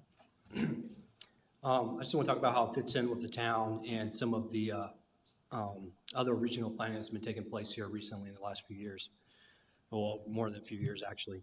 So probably in the last 8 to 10 years, been a big push for regional collaboration and planning for water resource management. And from that, the town's really been active on with different organizations. And some of those are the Triangle Water Partnership that deals a lot with kind of demand for water and interlocal transfer of water during droughts and stuff like that. Another one is J-Lo Jordan One Way Water, which Councilwoman Johnson has really kind of helped taken the coalition up. It's pretty brand new, and that deals more with the new Jordan Lake nutrient rules are coming into effect, and just finding the best way to implement those and help craft those rules.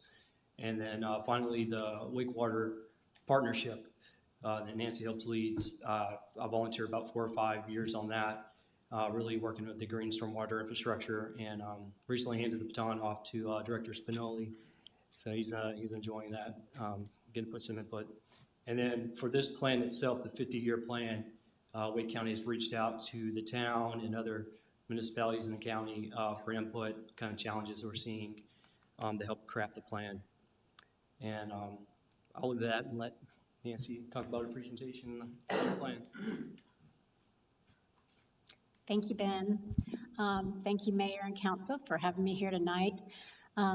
As been mentioned, I am Water Resource Program Manager for Wake County, and through this role, one of the things that I do is facilitate the Wake County Water Partnership that Ben mentioned. So that is a board-appointed committee, and we're grateful that Morrisville has been actively represented on that partnership for many years, both through Ben, who also served as the chair for the Green Stormwater Infrastructure, and now with Mark.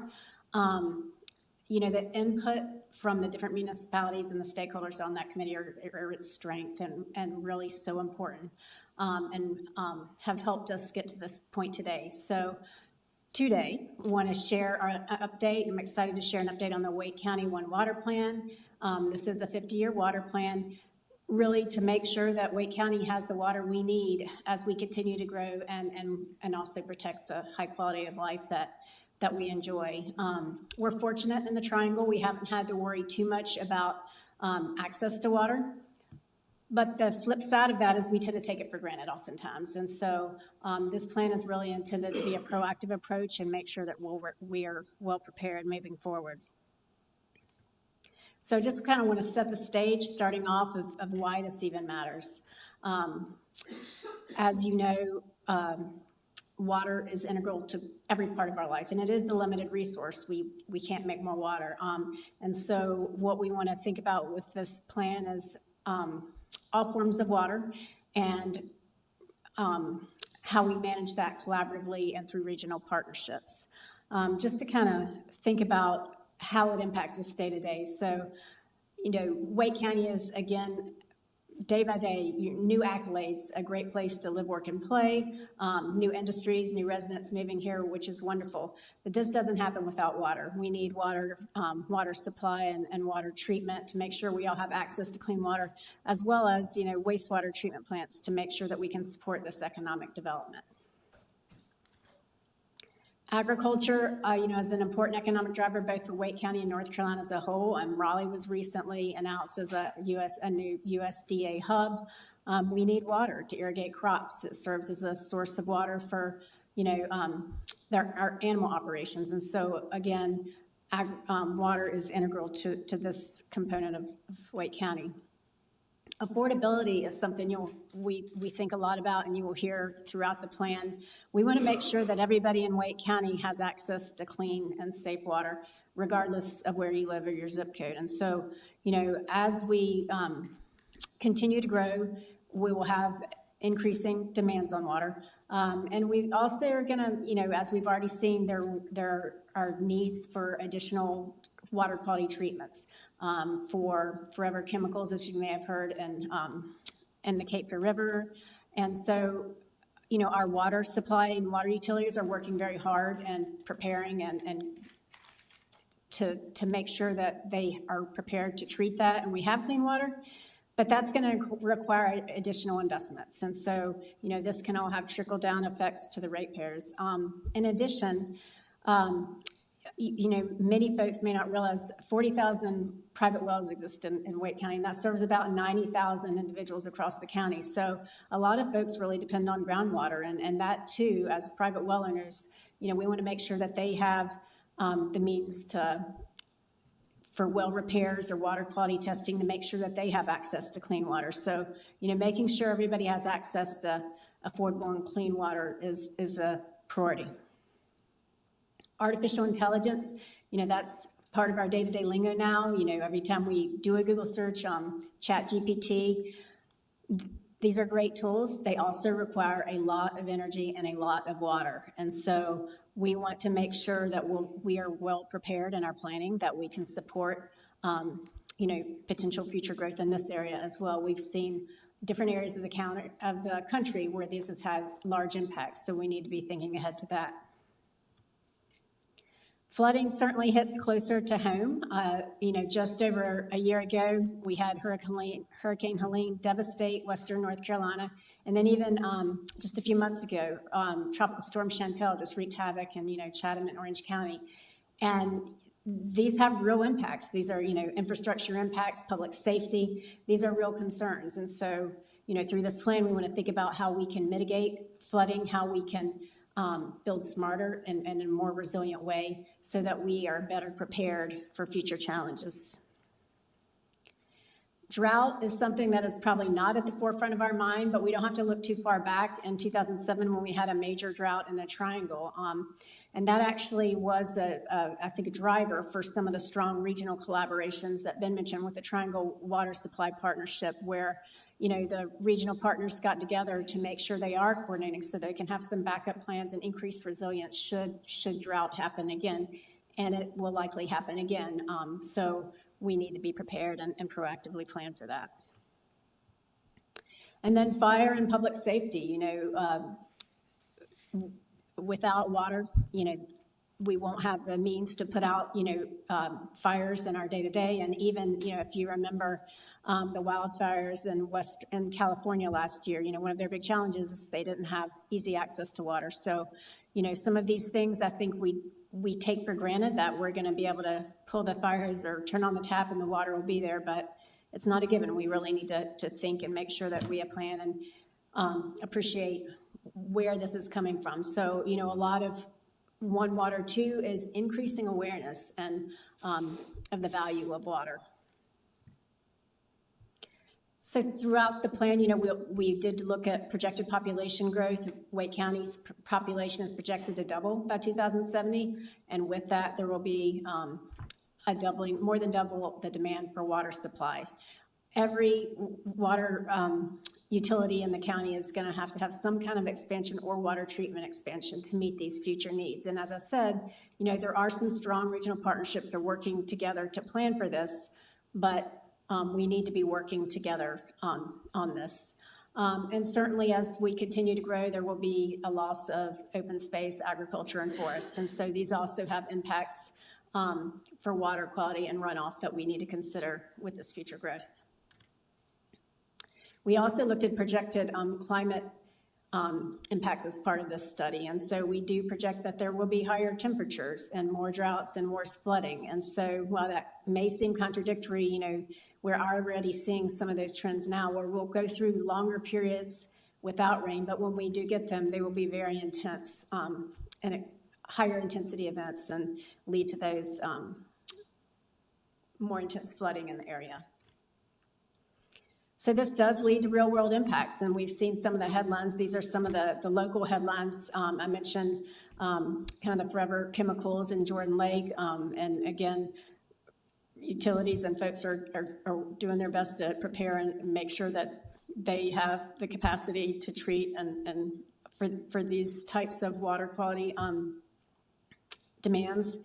In addition, we talked about Tropical Storm Chantel, and this is the New York Times, highlighting some of the flooding from that storm. Some of you may remember in 2017, UNC Chapel Hill actually had to shut down their campus because they didn't have access to water. And public safety said, we can't have students on campus if we have a fire, we're not going to be able to put out the fire. So, again, these are examples locally. And then nationally, I mentioned AI data centers, Texas, Nashville, Columbus, some of these areas have seen,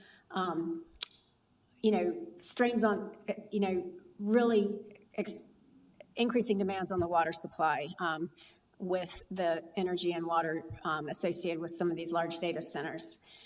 And then in Arizona, of course, in the western part of the United States, they have actually had to limit new housing in some areas due to the lack of water there. So we don't want to get to that point. We would like to learn from others. Let's not wait for the crisis. Let's proactively plan, and that is really what we want to do with the Wake One Water Plan. So in 2022, the Board of Commissioners, Wake County Board of Commissioners, approved funding for a 50-year water plan. And what makes this really unique is that it's not just a water supply equation and looking at, water in, water out. This is really a holistic approach to looking at water. So it looks at all forms of water. It looks at wastewater, it looks at groundwater, it looks at stormwater and surface water and our drinking water supplies. It's all connected. And so we need to be thinking about it as a whole and a kind of connected network.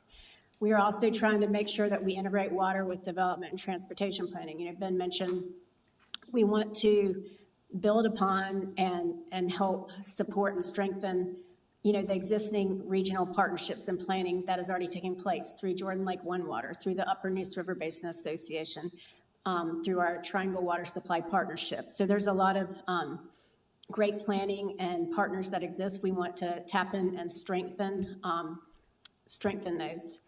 And a huge kind of the foundation really of where this plan is kind of built upon is the Wake County Comprehensive Plan, Plan Wake, which I'm sure many of you are familiar with.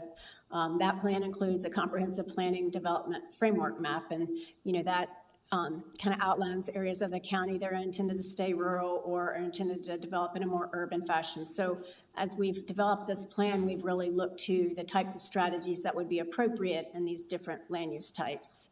And at the end of the day, we want to make sure that we have enough water to support farmers, to support businesses, residents, and then that we protect our natural resources so that we can support that high quality of life and we're prepared for future water quality and quantity challenges. Collaboration and community input is critical and a core component of the One Water Plan. And so from the very beginning, we kicked this project off with a visioning summit, which included about 57 professionals. Water Partnership, again, has been with us throughout the whole process, and it also pulled in additional subject matter experts in the area. We've had 2 public surveys, which together have received over 2,800 responses.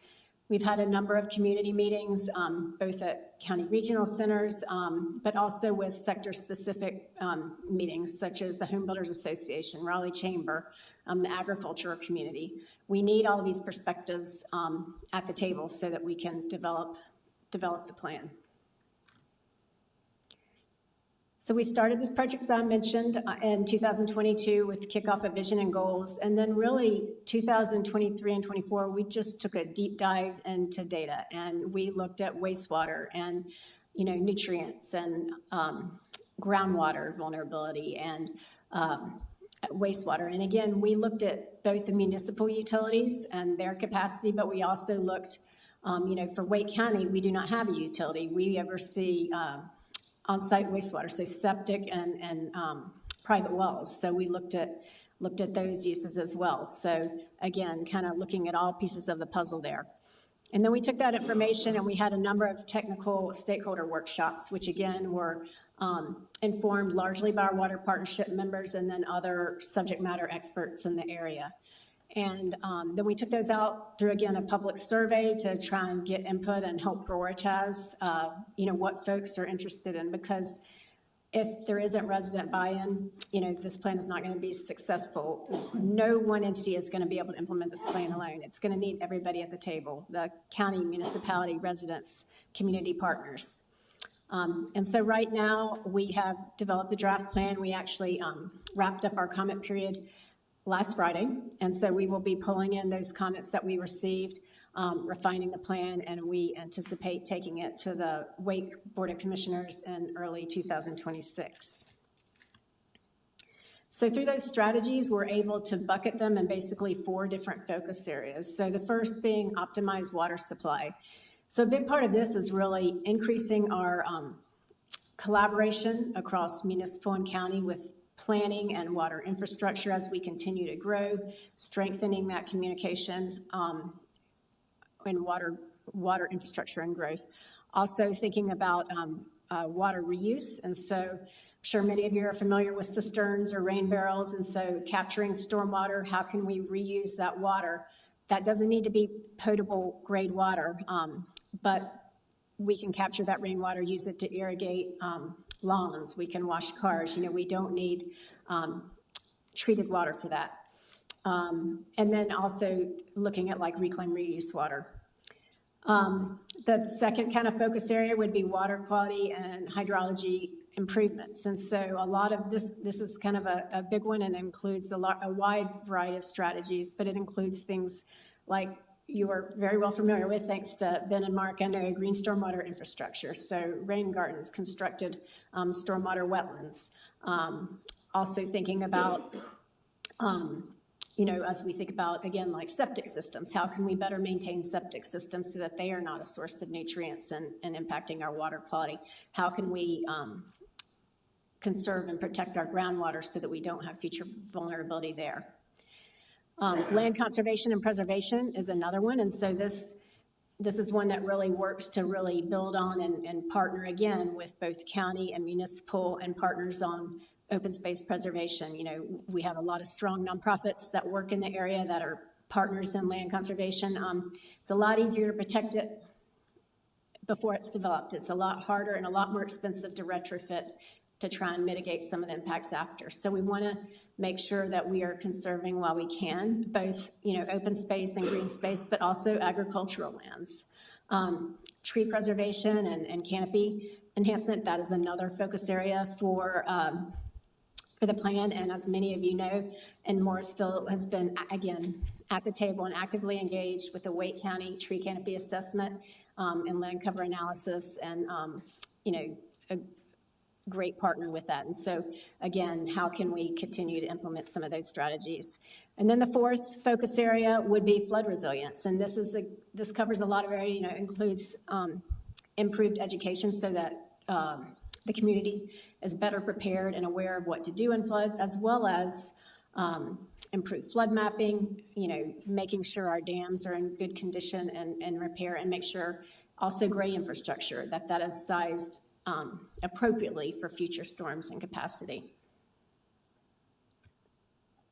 So the intent is that if we can implement these strategies, we will be able to increase our resilience and mitigate us with some of the impacts we anticipate seeing based on projections, which would include increased stormwater volume runoff and pollution from storms. We anticipate, based on projections, that we would see increased groundwater vulnerability in much of the county. So that not only impacts private well users, but it would also impact the base flow of streams.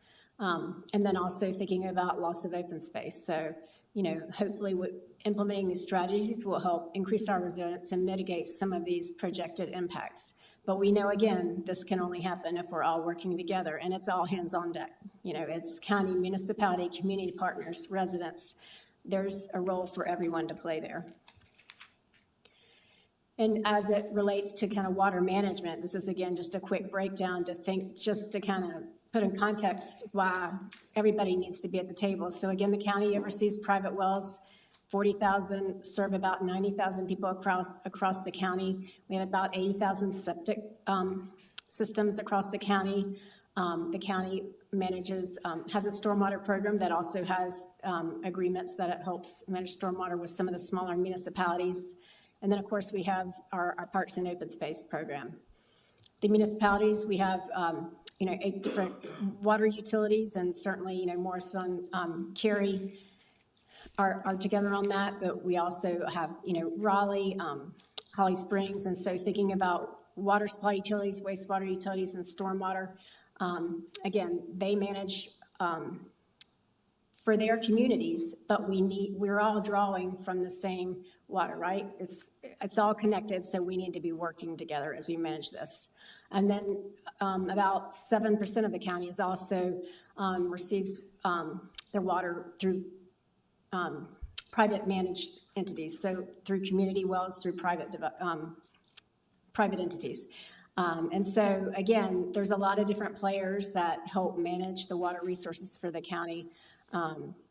Water doesn't really care who's managing it. It doesn't abide by jurisdictional boundaries. And so, it's an opportunity for us to kind of think together strategically about how we can better manage that. So you've heard a lot of talk about the water partnership. This is just, again, just a high level picture to kind of show you the diverse representation. So it does include, seats for every municipality. We have a private well owner, a private water provider, Wake Soil and Water Conservation District, Home Builders Association, a farmer, and very diverse representation. And then again, it's this diverse perspectives that really is the strength of the partnership, and that has gotten us to this point. As we move forward, we look to the water partnership and its associated work groups that we will align to implement these recommendations to really be the workhorse to get this plan done. And again, there's going to be roles for community and residents and everybody at the table, but we really see the partnership as continuing to be a leader in moving this plan forward. So what do we need from you? We really ask that you kind of help identify opportunities in your community in these focus areas within your organization, and then again, continue to collaborate with the Water Partnership and support the Water Partnership as you have both through your appointed members, but also, the various work groups might require different levels of subject matter expertise, because, one of the things we think about with water, and we've, as we started this project, we didn't just talk to the people in the water quality division or stormwater. We talked to facilities, we talked to parks, we talked to health and human services. All of these different departments are associated or impacted by water in some ways. So we, depending on what that strategy is and that focus area is, we might need different levels of expertise from your organization. So we would ask for continued support with that. And then just to promote One Water in your community. And again, this is both, with the Wake One Water plan, but also certainly with, as it ties into Jordan Lake One Water and some of the other regional initiatives, we need to continue to kind of increase awareness of the value of water and how that maximize the value of water in all of the day-to-day activities that we do. So I mentioned the public comment period. We wrapped that up on Friday, and so we will be taking those comments and incorporating those into as we finalize the plan. And again, we anticipate bringing that before the Wake County Board in early 26.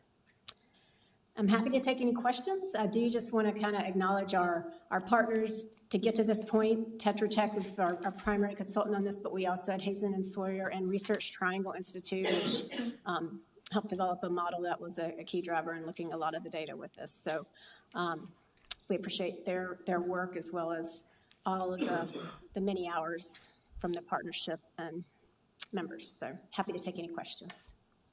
Councilmember Rabadi, please.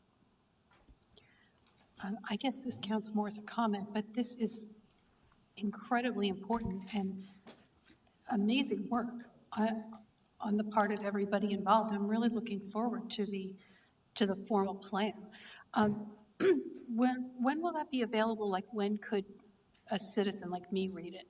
So you can look at the draft plan. It is posted online right now, and I've got the website. Yeah. at this website. You can look at the draft plan. And then there will be some future revisions of that based on the comments we receive. But we will be finalizing that and then, follow that with a more detailed implementation plan. I certainly look forward to us being able to get more involved in, in whatever it is you need us to do. Thank you. And again, we are grateful for the support Morrisville has provided to date. Yeah, this fits so well into our sustainability initiatives, and I hope you've taken advantage of the expertise of Kimberly Conley. She's amazing. Yeah. We absolutely have. I've worked with Kimberly for a number of years, and she's, again, been very active with the tree canopy work with the county. But, I'll just quickly mention further alignment there. Some of the strategies, which, again, might not be at the forefront of your mind when you're thinking about water, but that are actually received a lot of support and that we would like to see advanced on plan are things like composting and regional composting facilities because, in addition to kind of reducing the waste and the footprint, if we can get that compost, it helps promote ground cover, it helps recharge and promote that water infiltration in the ground. And so there's a lot of benefits that might not at the face of it immediately be evident as a strategy for One Water, but it's actually a really important one and one that's received a lot of support. That's great to hear. Thank you. Councilmember Johnson, please. So thank you, Nancy, for being here. Thank you for all you do, and thank you for being here and sharing this with us. Nancy is like E.F. Hutton. When she speaks, everybody listens. So Nancy has spoken many times at the Jordan Lake One Water Partnership meetings, and I am grateful for all her work there as well. And as all of you know, I'm the Morrisville representative on the Jordan Lake One Water, which is complementary to the work that Wake County is doing with One Water, although we focus on Morrisville's water supply, which is Jordan Lake, and that watershed, which goes all the way up to Greensboro. So it's really important to get all those folks involved in this conversation about how all water has value and how important it is to have stakeholders from across the region involved. Like Nancy talked about the fact that everybody needs to be in on this conversation.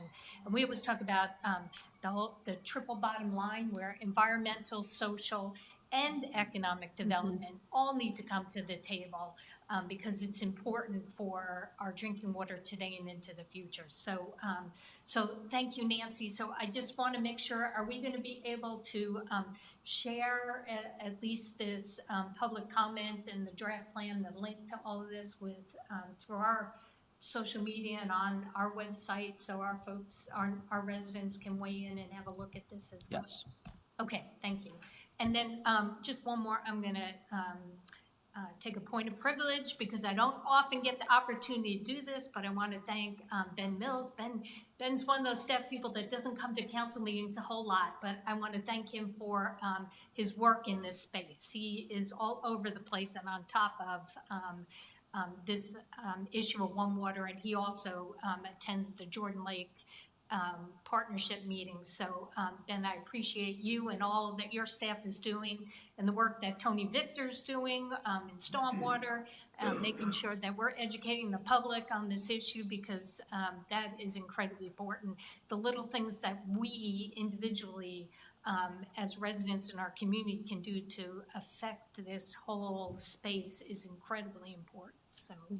So anyway, thank you, Nancy, for being here. All that to say thank you for all you do and thank you for being here. Thank you for your comments and support. So as you did mention, we work with Carrie for a lot of our water stuff, but we have pretty strong stormwater departments. So our stormwater department is pretty much on lead for this, I'm guessing. So how is this going to interact with like the Clean Water Education Partnership?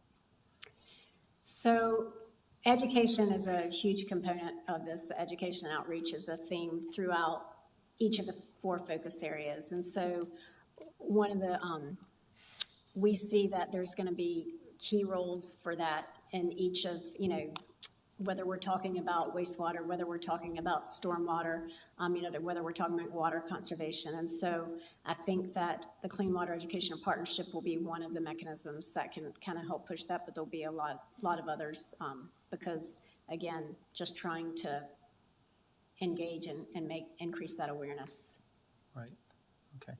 Because I'm looking forward to coming out of the plan with like actionable steps. Yes. Ideally by municipality, or is it going to be more high level? So we have a subset kind of the steps in the draft plan, and we will follow up with an implementation plan. But with each of those, we kind of have an action step, kind of short, medium, long term. What partners should be involved in that, and what metrics would we be looking for? So yes, is a short answer.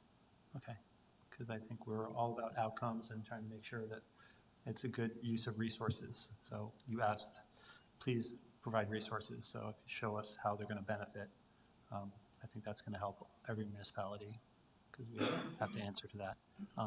This is great stuff. I was on One Water way back when. I'm glad that Liz is our representative in that space now. We have really strong staff.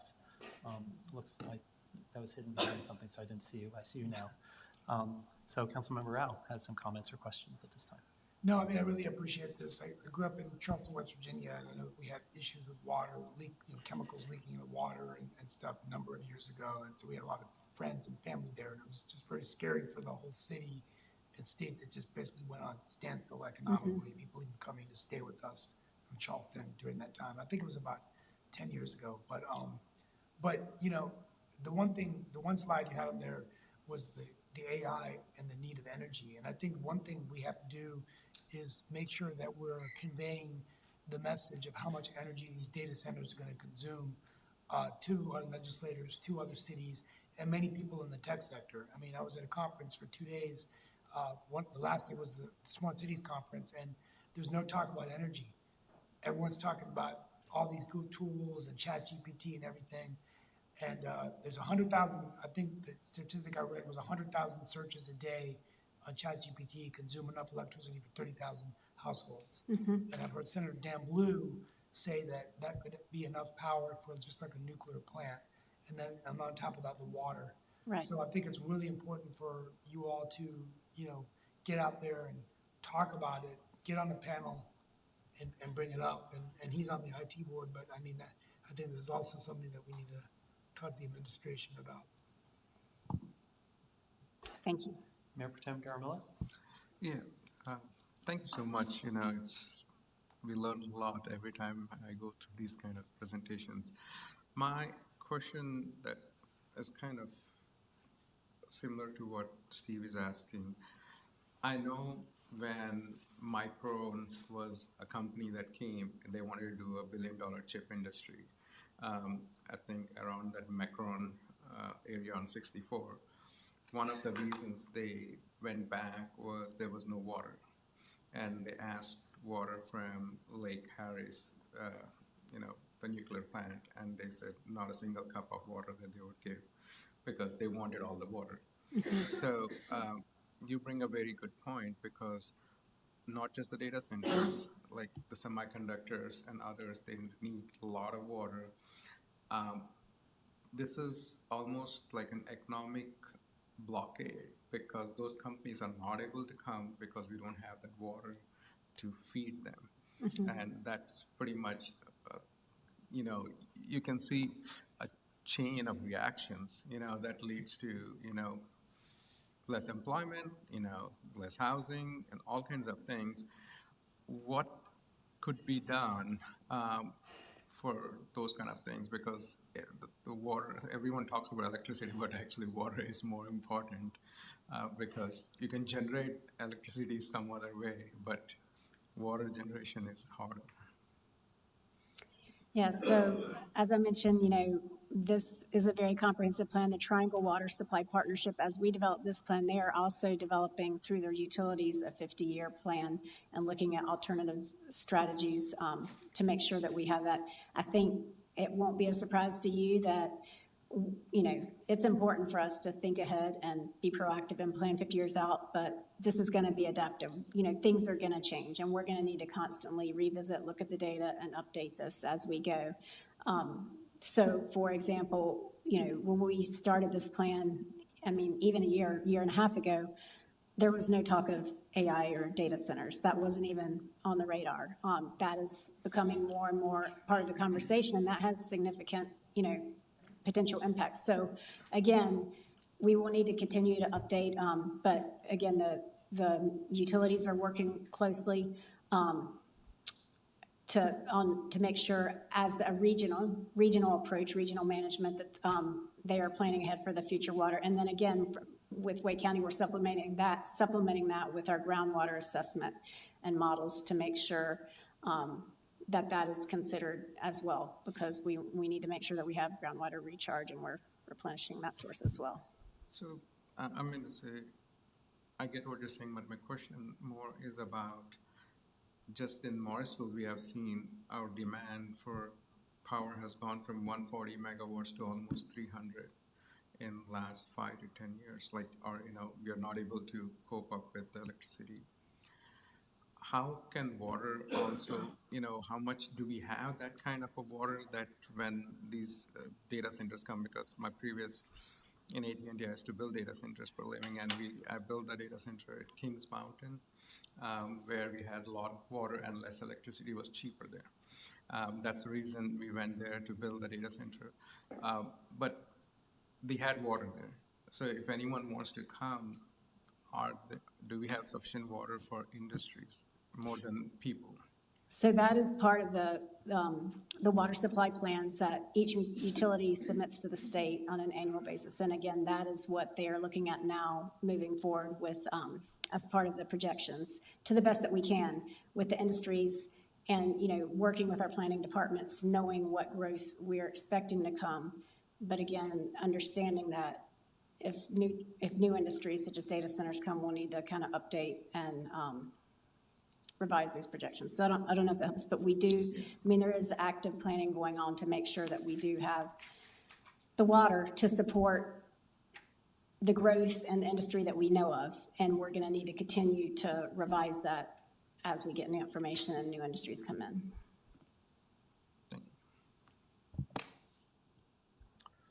So I don't see anything else, but it made me think about Lenovo just had a anniversary celebration. They showed us they had some closed systems. So it seems like we're talking about one water being a whole water cycle. There's a Nobel Prize in there for somebody who can figure out how to keep the same amount of water within a data center or something like that. Your air conditioner doesn't lose any Freon. Right. So if we can do that same thing with water as a concept, right, we won't run out because it'll stay. Yeah, we just recycle, reuse, use it for the cooling towers, keep it on site as much as possible. So that's what we're kind of trying to do for the region. In general, Right. we're going to keep on reusing the water and absolutely keep it going. So thank you very much for the presentation. Thank you very much for your service on this, Councilmember Johnson, and thank you very much for this annual report. We appreciate it. Anything else for the good of the order before we go into closed session? Okay. I just have one thing to mention before I move us into closed session, if that's okay? Yeah, and I have some words before that too, but go ahead. Oh, okay, yeah, well, I just want to thank Chief Dooley for the great Public Safety Day. I forgot in my comments, really great, and it was a great day. And then I want to thank Karen again for coming today to speak. Thank you, that's all I have. Okay. I think we all agree it was a great Public Safety Day. So we have one closed session this evening to discuss an economic development matter. Thank you to everyone for watching this evening, as it is the end of our public business. I would at this time ask for a motion to enter closed session pursuant to NCGS 143-318-11A4 to discuss an economic development matter. I make that motion. Motion from Councilmember Rao and a second from Second. Councilmember Rabadi. All those in favor of entering closed session, please say aye. Aye. Any opposed? Hearing none, that carries unanimously 7-0. It's 8:21. We're now in closed session. If we could please clear the room.